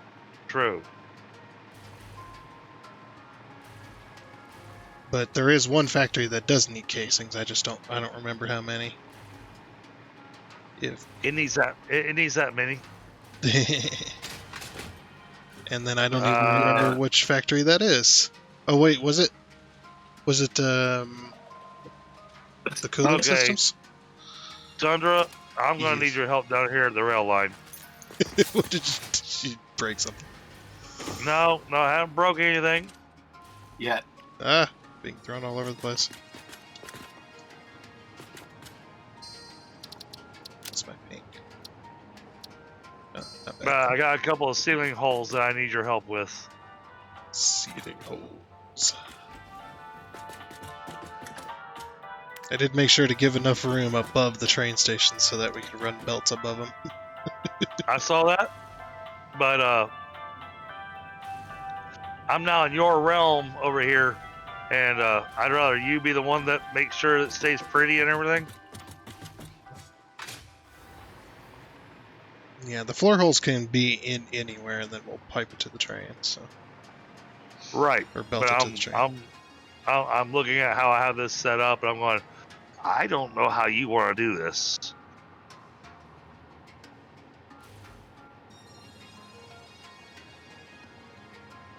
So I want to leave this for you to. I'd need to know where they're coming in. the Right. floor hole, Well, where the floor holes are. Well, that's why I'm down here at the train line looking for you. Yeah. So here's your 2 floor holes. These are your ingots. So this is a 1300. Okay. A little more than 1,300. It's about 1,500. I guess I'd have to. Do you know where the other floor holes are going to be coming in or not? I don't. Okay. Not yet. Alrighty, so if that's the case, then I guess we follow the wall? One of the walls. Or you at least bring it. Depends on where Bitfiber puts all the machines and everything, and where the final output is.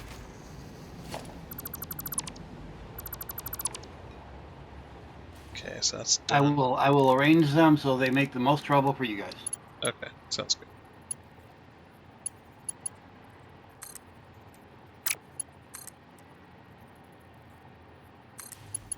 If you guys Oh. have a preference, I'm still working out the math. So put a Don't floor have a hole somewhere preference. for where you want stuff. So Well, no, What's that's a lot harder to do on you. It's like, what's taking you so long to do the math, man? I mean, it only took me 3 hours to figure out stuff upstairs.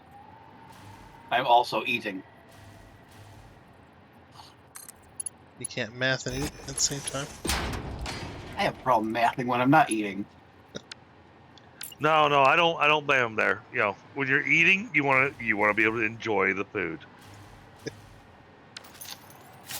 And I don't know if I'm that's a bit of having a stretch, but I'm having buttered popcorn jelly beans. The what? Yeah, jelly beans flavored as buttered popcorn. I wouldn't be able to stop eating them. I've heard of No, those, but I've also no. heard that they don't taste like buttered popcorn. They do, and they're pretty freaking epic. If they legit taste like buttered popcorn, yeah, I agree with Tundra. I wouldn't be able to stop eating them. Yeah, Yeah, the whole bag would be gone in one sitting. but it's like you get this buttered popcorn flavor, and then a very, very mild sweetness that's added into it. So they're not overly sugary like most jelly beans are. Yeah, they're not going to rot your teeth. Instead, you I'm sure wind they up. will. Instead, you wind up with this salty, buttery flavor with just a hint of sweetness. And so, yeah. When we were on our trip this weekend, went to Cracker Barrel, and Cracker Barrel is a great place to find some nostalgia candy. But I saw that they had these buttered popcorn jelly beans. So I grabbed 3 packs of them, thinking I was going to share them with the kids. Yeah. The kids haven't got to have any of them.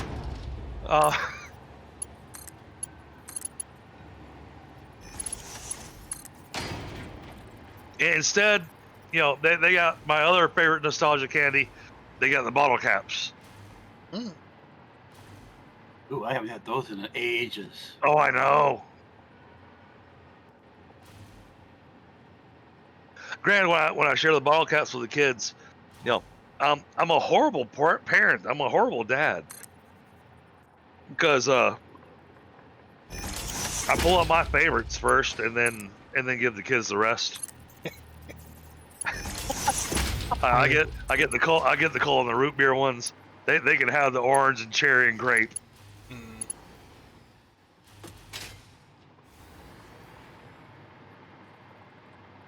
All right, chat. Grabbing a smoke real quick. I'll be right back. Well, why do I say I'm gonna be right back? I'm gonna be floating here for a minute while I grab a smoke. I'll still be talking to everybody. Yeah. I love the trains coming through here, though. Trains going in your factory always is nice. Just if you have the room for it. Well, especially now that the gates actually work for the trains. Yeah, I think if you've seen the aluminum factory on my single player, you definitely love that because I've got a main rail line running through, and then the train stations are on the outside of the main rail line. Okay. So other trains will be going through the factory that aren't going to those train Oh, stations. that's awesome. And they're not even hindered at all. So.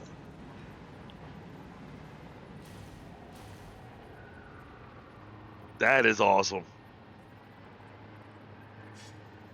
Yeah, it's a very similar setup to this one. It's got the aluminum scrap and the aluminum solution on the top floor, and then goes down to the ingots floor, makes the copper ingots and the aluminum ingots, and then that goes down to the next floor, which makes the sheets and the casings. And then those goes down to the final floor where the train stations are. Well, and I was gonna say, chat. Once we finally finish back, this thing's a beast to build, as y'all have seen. We've been building this factory for the last 3 sessions, and we're still going to be building it next week. No, we should be done for this week. Are these to be overclocked but not slooped? Is that right? It depends on if you want to do less machines or not. Overclocked, yes. Slooped, I'm holding off on until we find out how much we need in other areas. So I should build based on full overclocking, yes? Yes. I'd say Okay. if you want. I mean, if you don't want to because you want a certain set amount of sheets, just as long as you're using the aluminum, really doesn't matter if you're overclocking. And then we That's just have to true. make sure we, put down a bunch of sinks. Well, that's what I'm saying. Like, as long as he's using the amount of aluminum ingots that the factory's producing, Yeah. doesn't matter. Doesn't matter if you overclock it or not. Right. Overclocking would just save space, basically. We'll see what the Now- machine count comes out for. Now, this will be one of the factories that has one of the higher priorities as far as power goes. Yep. Oh yeah, that does remind me. I need to put down a priority power switch. Um, I'll let you set the priority, but I'll put down the switch. you can go ahead and set it to A. Set it to the top. Because this is going to be supplying our materials for our belts and everything. For now. Once you hit phase 5. I wouldn't know. What? And I haven't managed to catch any of your streams recently, so I don't know if you made it to phase 5 yet or not. Nope, and I'm not even close. I am, I would say I'm probably a tier or 2 behind you. Not in progression, but in production. Okay. Yeah. Like, I haven't even... The only manufacturers and stuff I've set up is for frames. I'm still working on... Now, Grant, to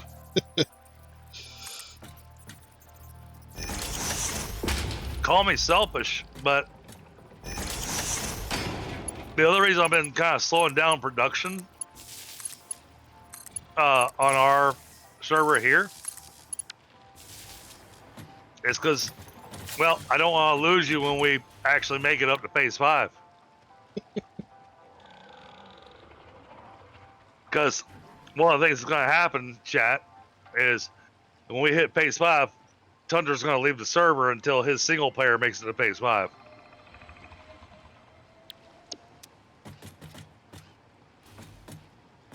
Because he's also going to be trying to avoid spoilers.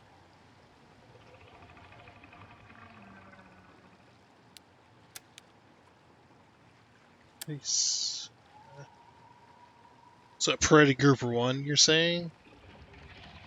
Or which one of these should be? Yeah, we can set this entire factory to priority 1. Hey, Okay. Linus. Is that working?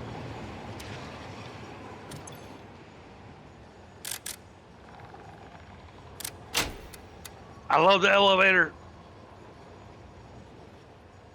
The elevator is a game changer for sure. It is. Okay,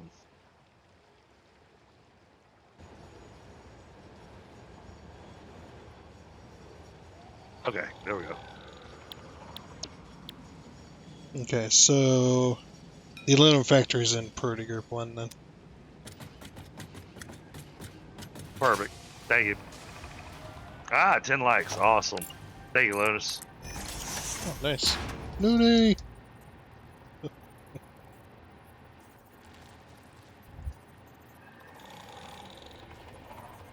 All right, now.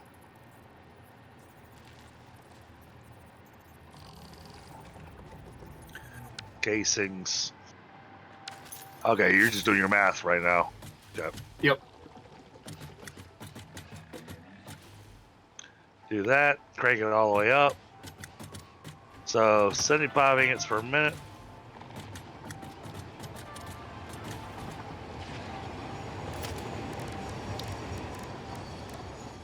Here's our copper smelters, Tundra. Yep. Oh yeah. We're getting we're getting 150 per minute per smelter. So that's I just cut a hole in the floor in the wall. cut a hole in the floor in the wall? What? I cut a hole in the floor and then a hole in the wall to get in here. Wait a minute. Oh!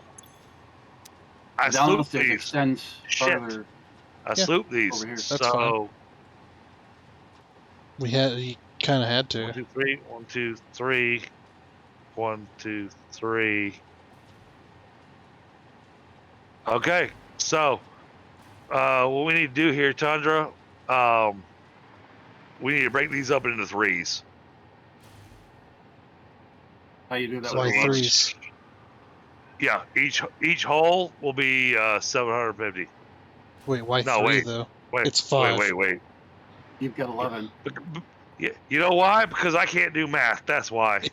It's like it's 5. 5 machines per. Two sets of 5 and split the remaining one between them. Yeah. That sounds reasonable. I will be right back.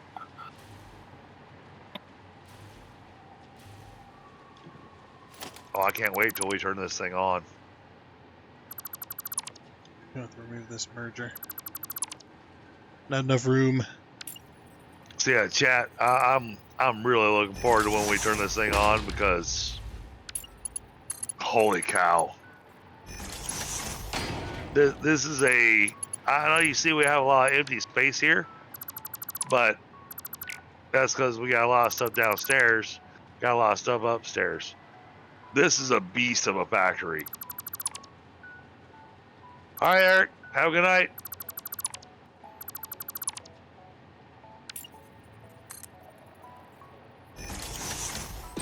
Oh, I know. And Eric, when I get back to running tabletop, I'll make sure this coffee mug exists somewhere in game. and it'll be a one-of-a-kind item, and it'll just be the Pixit mug. I was gonna say, is it gonna be the golden one, the Yes. employee of the month? Yeah, employee of the month. Oh, getting definitely getting some lag. But it'll be the employee of the month mug, and it'll be a mug that always just has piping hot coffee in it. You don't get any bonuses or anything. There's nothing special you get from it. You get the prestige for being the employee of the month. Mm. And it means that you always have hot coffee.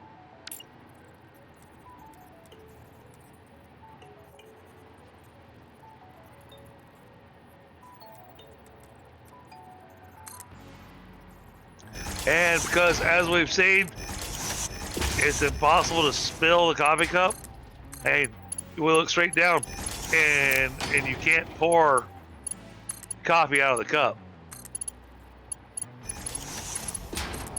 So it is 100% personal.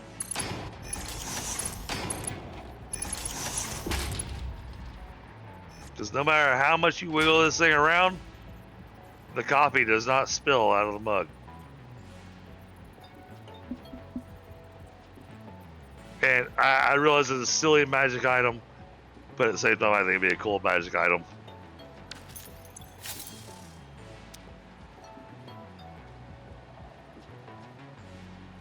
Oh, man, it is dark in here. Let's add some lights in here.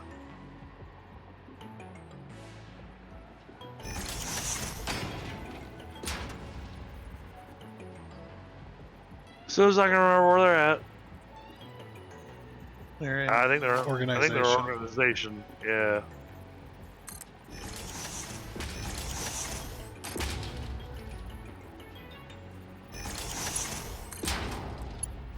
Oh, Under the copper will go in the bottom row of the inputs. I'm up top, putting in your floor holes. Yeah, I see. You're putting them through the lights where you work. Yeah, well, they have to go here, so you might have to move some lighting. Oh, the lights definitely will be moved. Yeah, there's both your copper lines. Okay. Those will be at 780 because we won't be able to Well, split not this there. enough. That's fine because we're only using 250 and 300. Okay.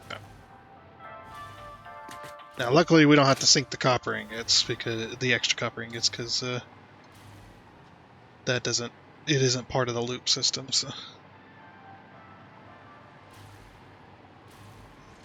And these lines of aluminum that are coming down are 750 each, right? I believe so, yeah. Except for that one. Except for that last one. Yep. Well, shit. Okay.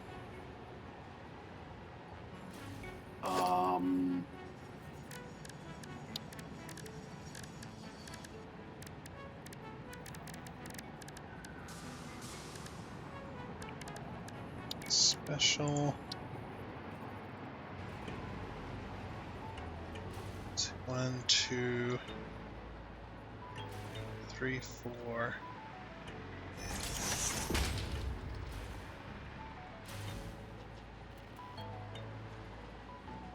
5, 6.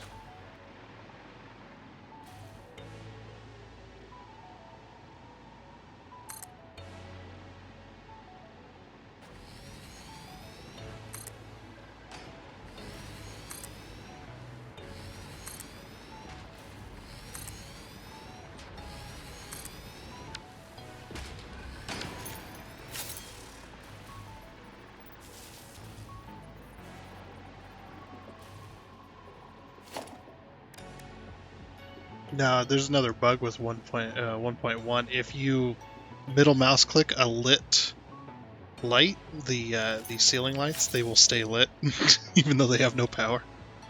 That's not a 1.1 thing. That's actually been around for a while. I didn't start noticing until 1.1. I've done a lot of lighting. I was just like, holy crap. It stays lit even though there's no power. Because it copies it's supposed to copy the state of the item. There we go. Now, this floor is no longer dark.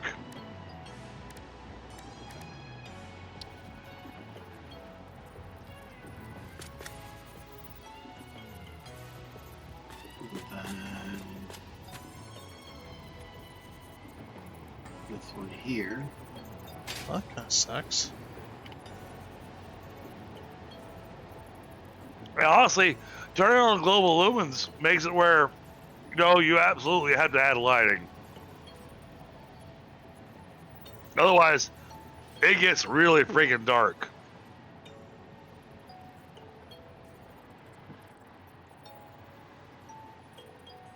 Okay, so would you mind if we slid these lifts out from your ingot machines?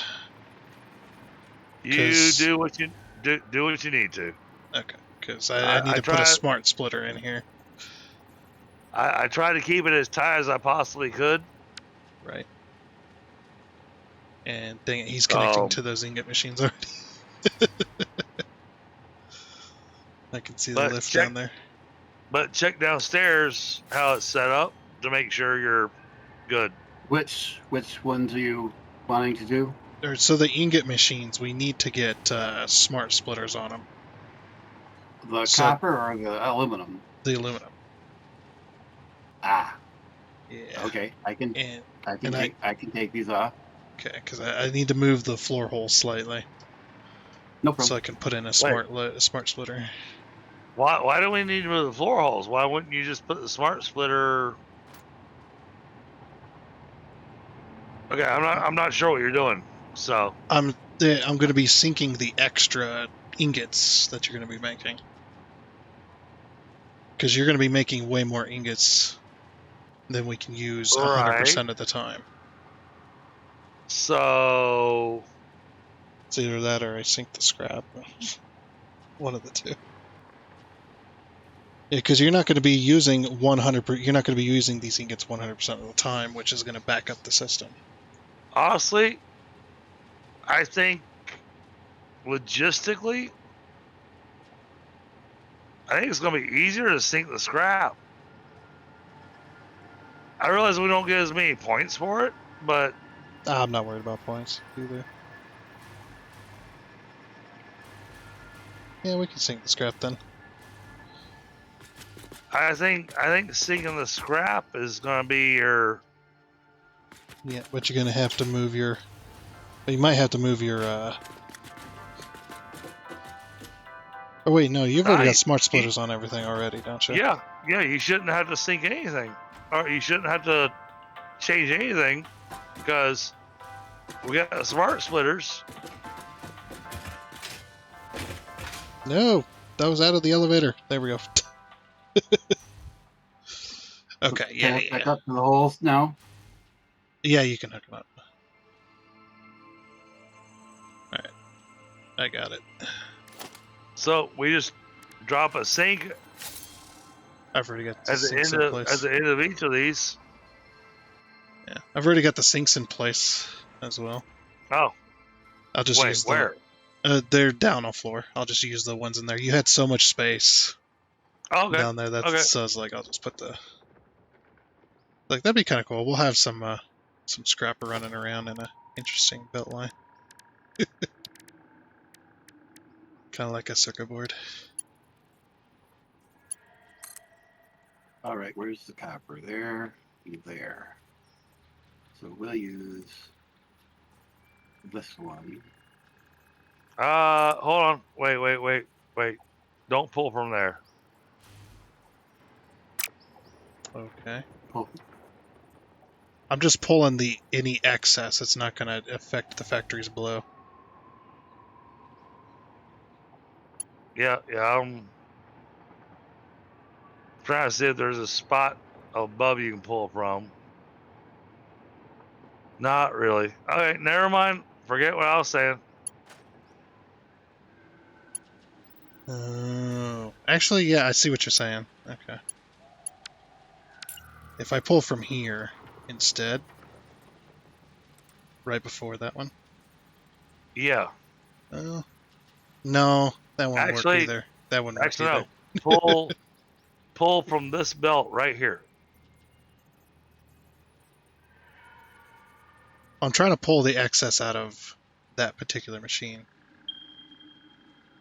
That I machine get that. doesn't. That machine doesn't go up to that belt. But the thing is, that machine's the one that's producing the least. So if you can put the splitter on this belt right here, that'll pull the excess from the rest of them.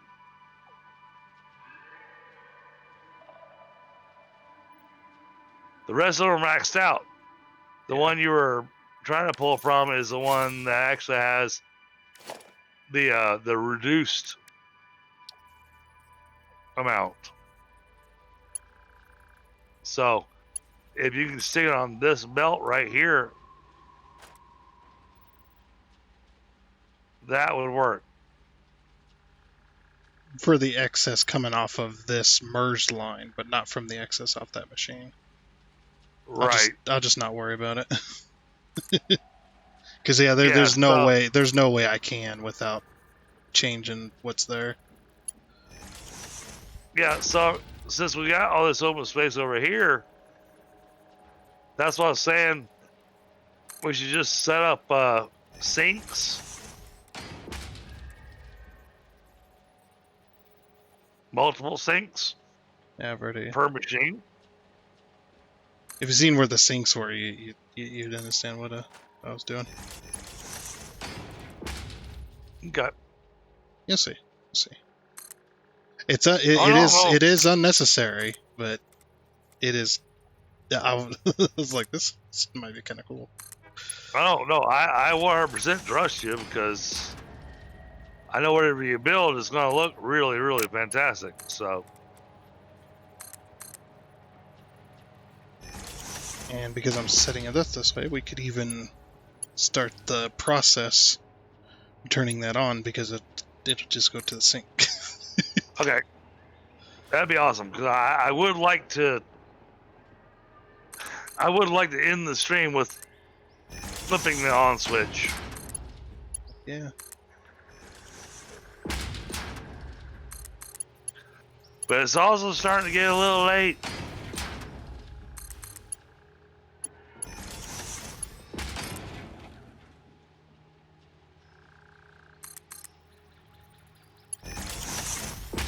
What the? Oh, over here. How are we looking over here? Holy crap. And chat, just a reminder, if you're so inclined, please hit that like button. It really helps out the channel, really helps out the growth of the channel. So if you're enjoying what you're watching, please hit that like button. And hey, if it tickles your fancy, smack that subscribe button.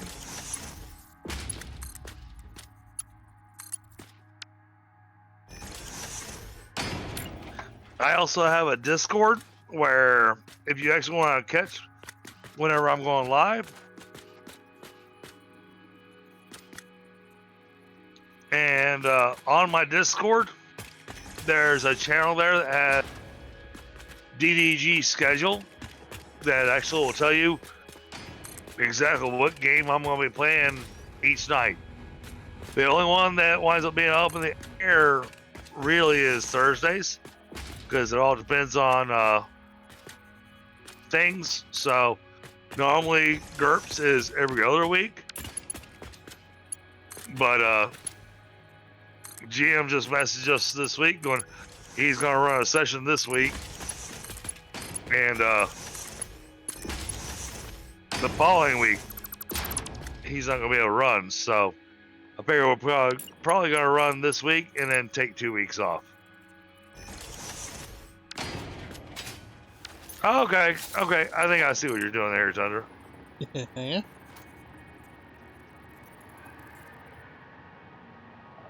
Looks good.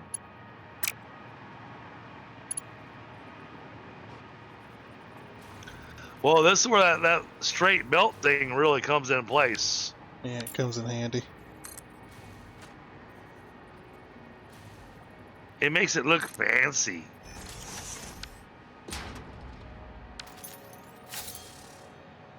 All right, where's that other copper line? It is hiding in the light. Yeah, we'll make it look like a kind of like a circuit board almost. Run all the belts Now- together. Now, what I could do,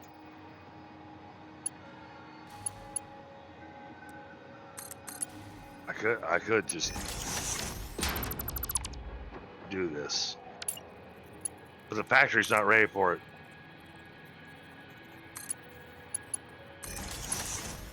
Oh wait, you got priority power, and then you got the aluminum scrap on its own power. Well, it's on just a regular power switch so that you could flip the on switch and it'll power, because we want to power it in sections. You want to do a bit of the alumina solution, let the pipes get full, and then turn on the scrap. So then the alumina solution pipe is full. Well, y'all better hurry because I decided to flip the switch. I've got 2 more lines to hook up. Ow, ow, ow. If autosave will let me. Autosave. Oh crap. Oh, I flipped the switch. But apparently the water is on a different power network. The water should be always on.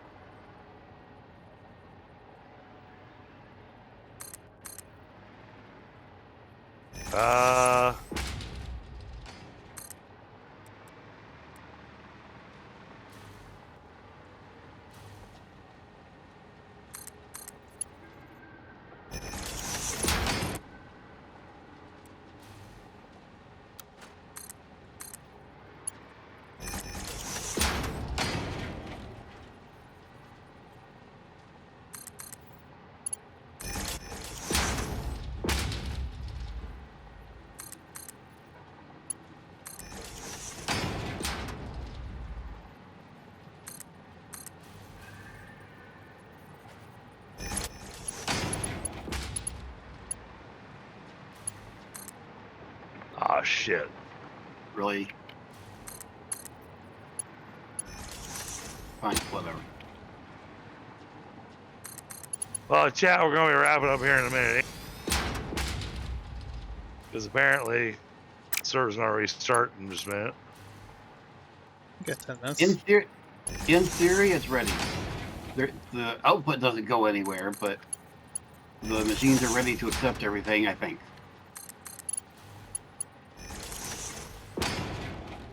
Almost got the sinks. Okay. For some reason, straight mode bugged out there. for so slightly. Why are you not getting water?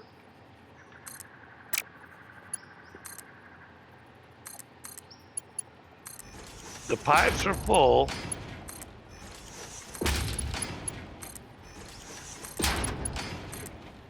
This is powered on, right? Oh no, no power. Yeah. Oh. So you got Oh, the I see. alumina solution on, right? I see. These machines are claiming no power down here, too. Well, yours is also on a switch. Everything's on a switch for this particular factory because you do it in steps. Gotcha. Yeah, you don't want to power everything on them all at once. Oh, a separate button for the.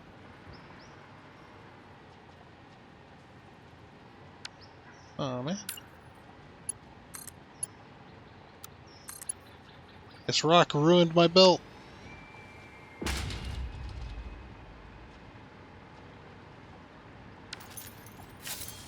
Oh. Alright.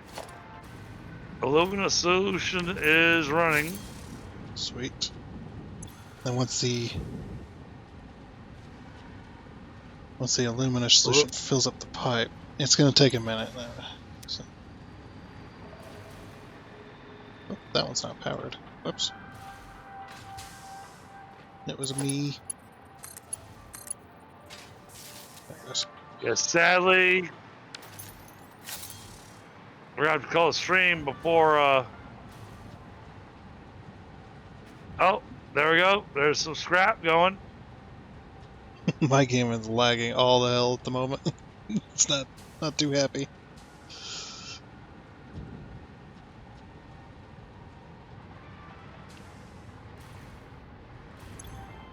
Oh yeah, look at that. Scrap's happening elsewhere. Just because you turned them both on there. Yeah, both there's- of them got turned on. Yeah, they're struggling for alumina solution because the pipe wasn't full. Ah.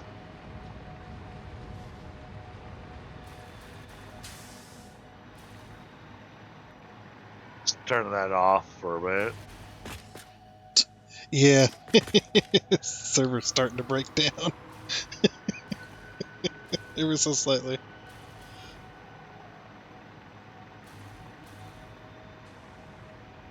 Alright, we're gonna wait for these pipes to fill up.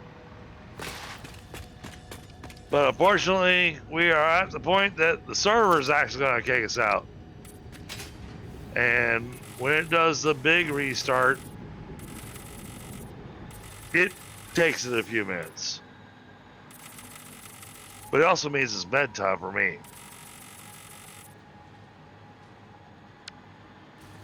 Yeah, that pipe's been color coded. Thanks, sir. So, what we're gonna do is take a look, see who's on. Oh, Frostbite's okay.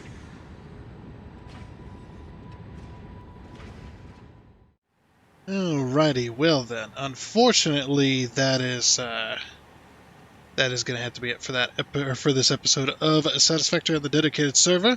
You're going to notice something a little bit interesting. We are on our single player save, and this is only because the server did the reset like it normally does, but it did not load the current game, so DEG is going to have to fix that, unfortunately. But just as a quick little reminder, though, if you'd like to see DDG live there, because he's live streaming on YouTube, the link to his channel will be down in the description below of this video, along with him and others on my main YouTube page underneath the friendly content creators section. So if you get the chance, definitely check them out. But like I said, that is going to be it for that episode on the server. So yeah, that's going to be it. So I do hope you enjoyed.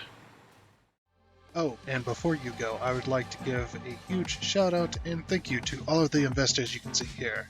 Seriously, thank you. You guys are awesome. It is much appreciated. And until next time, I guess it's a goodbye.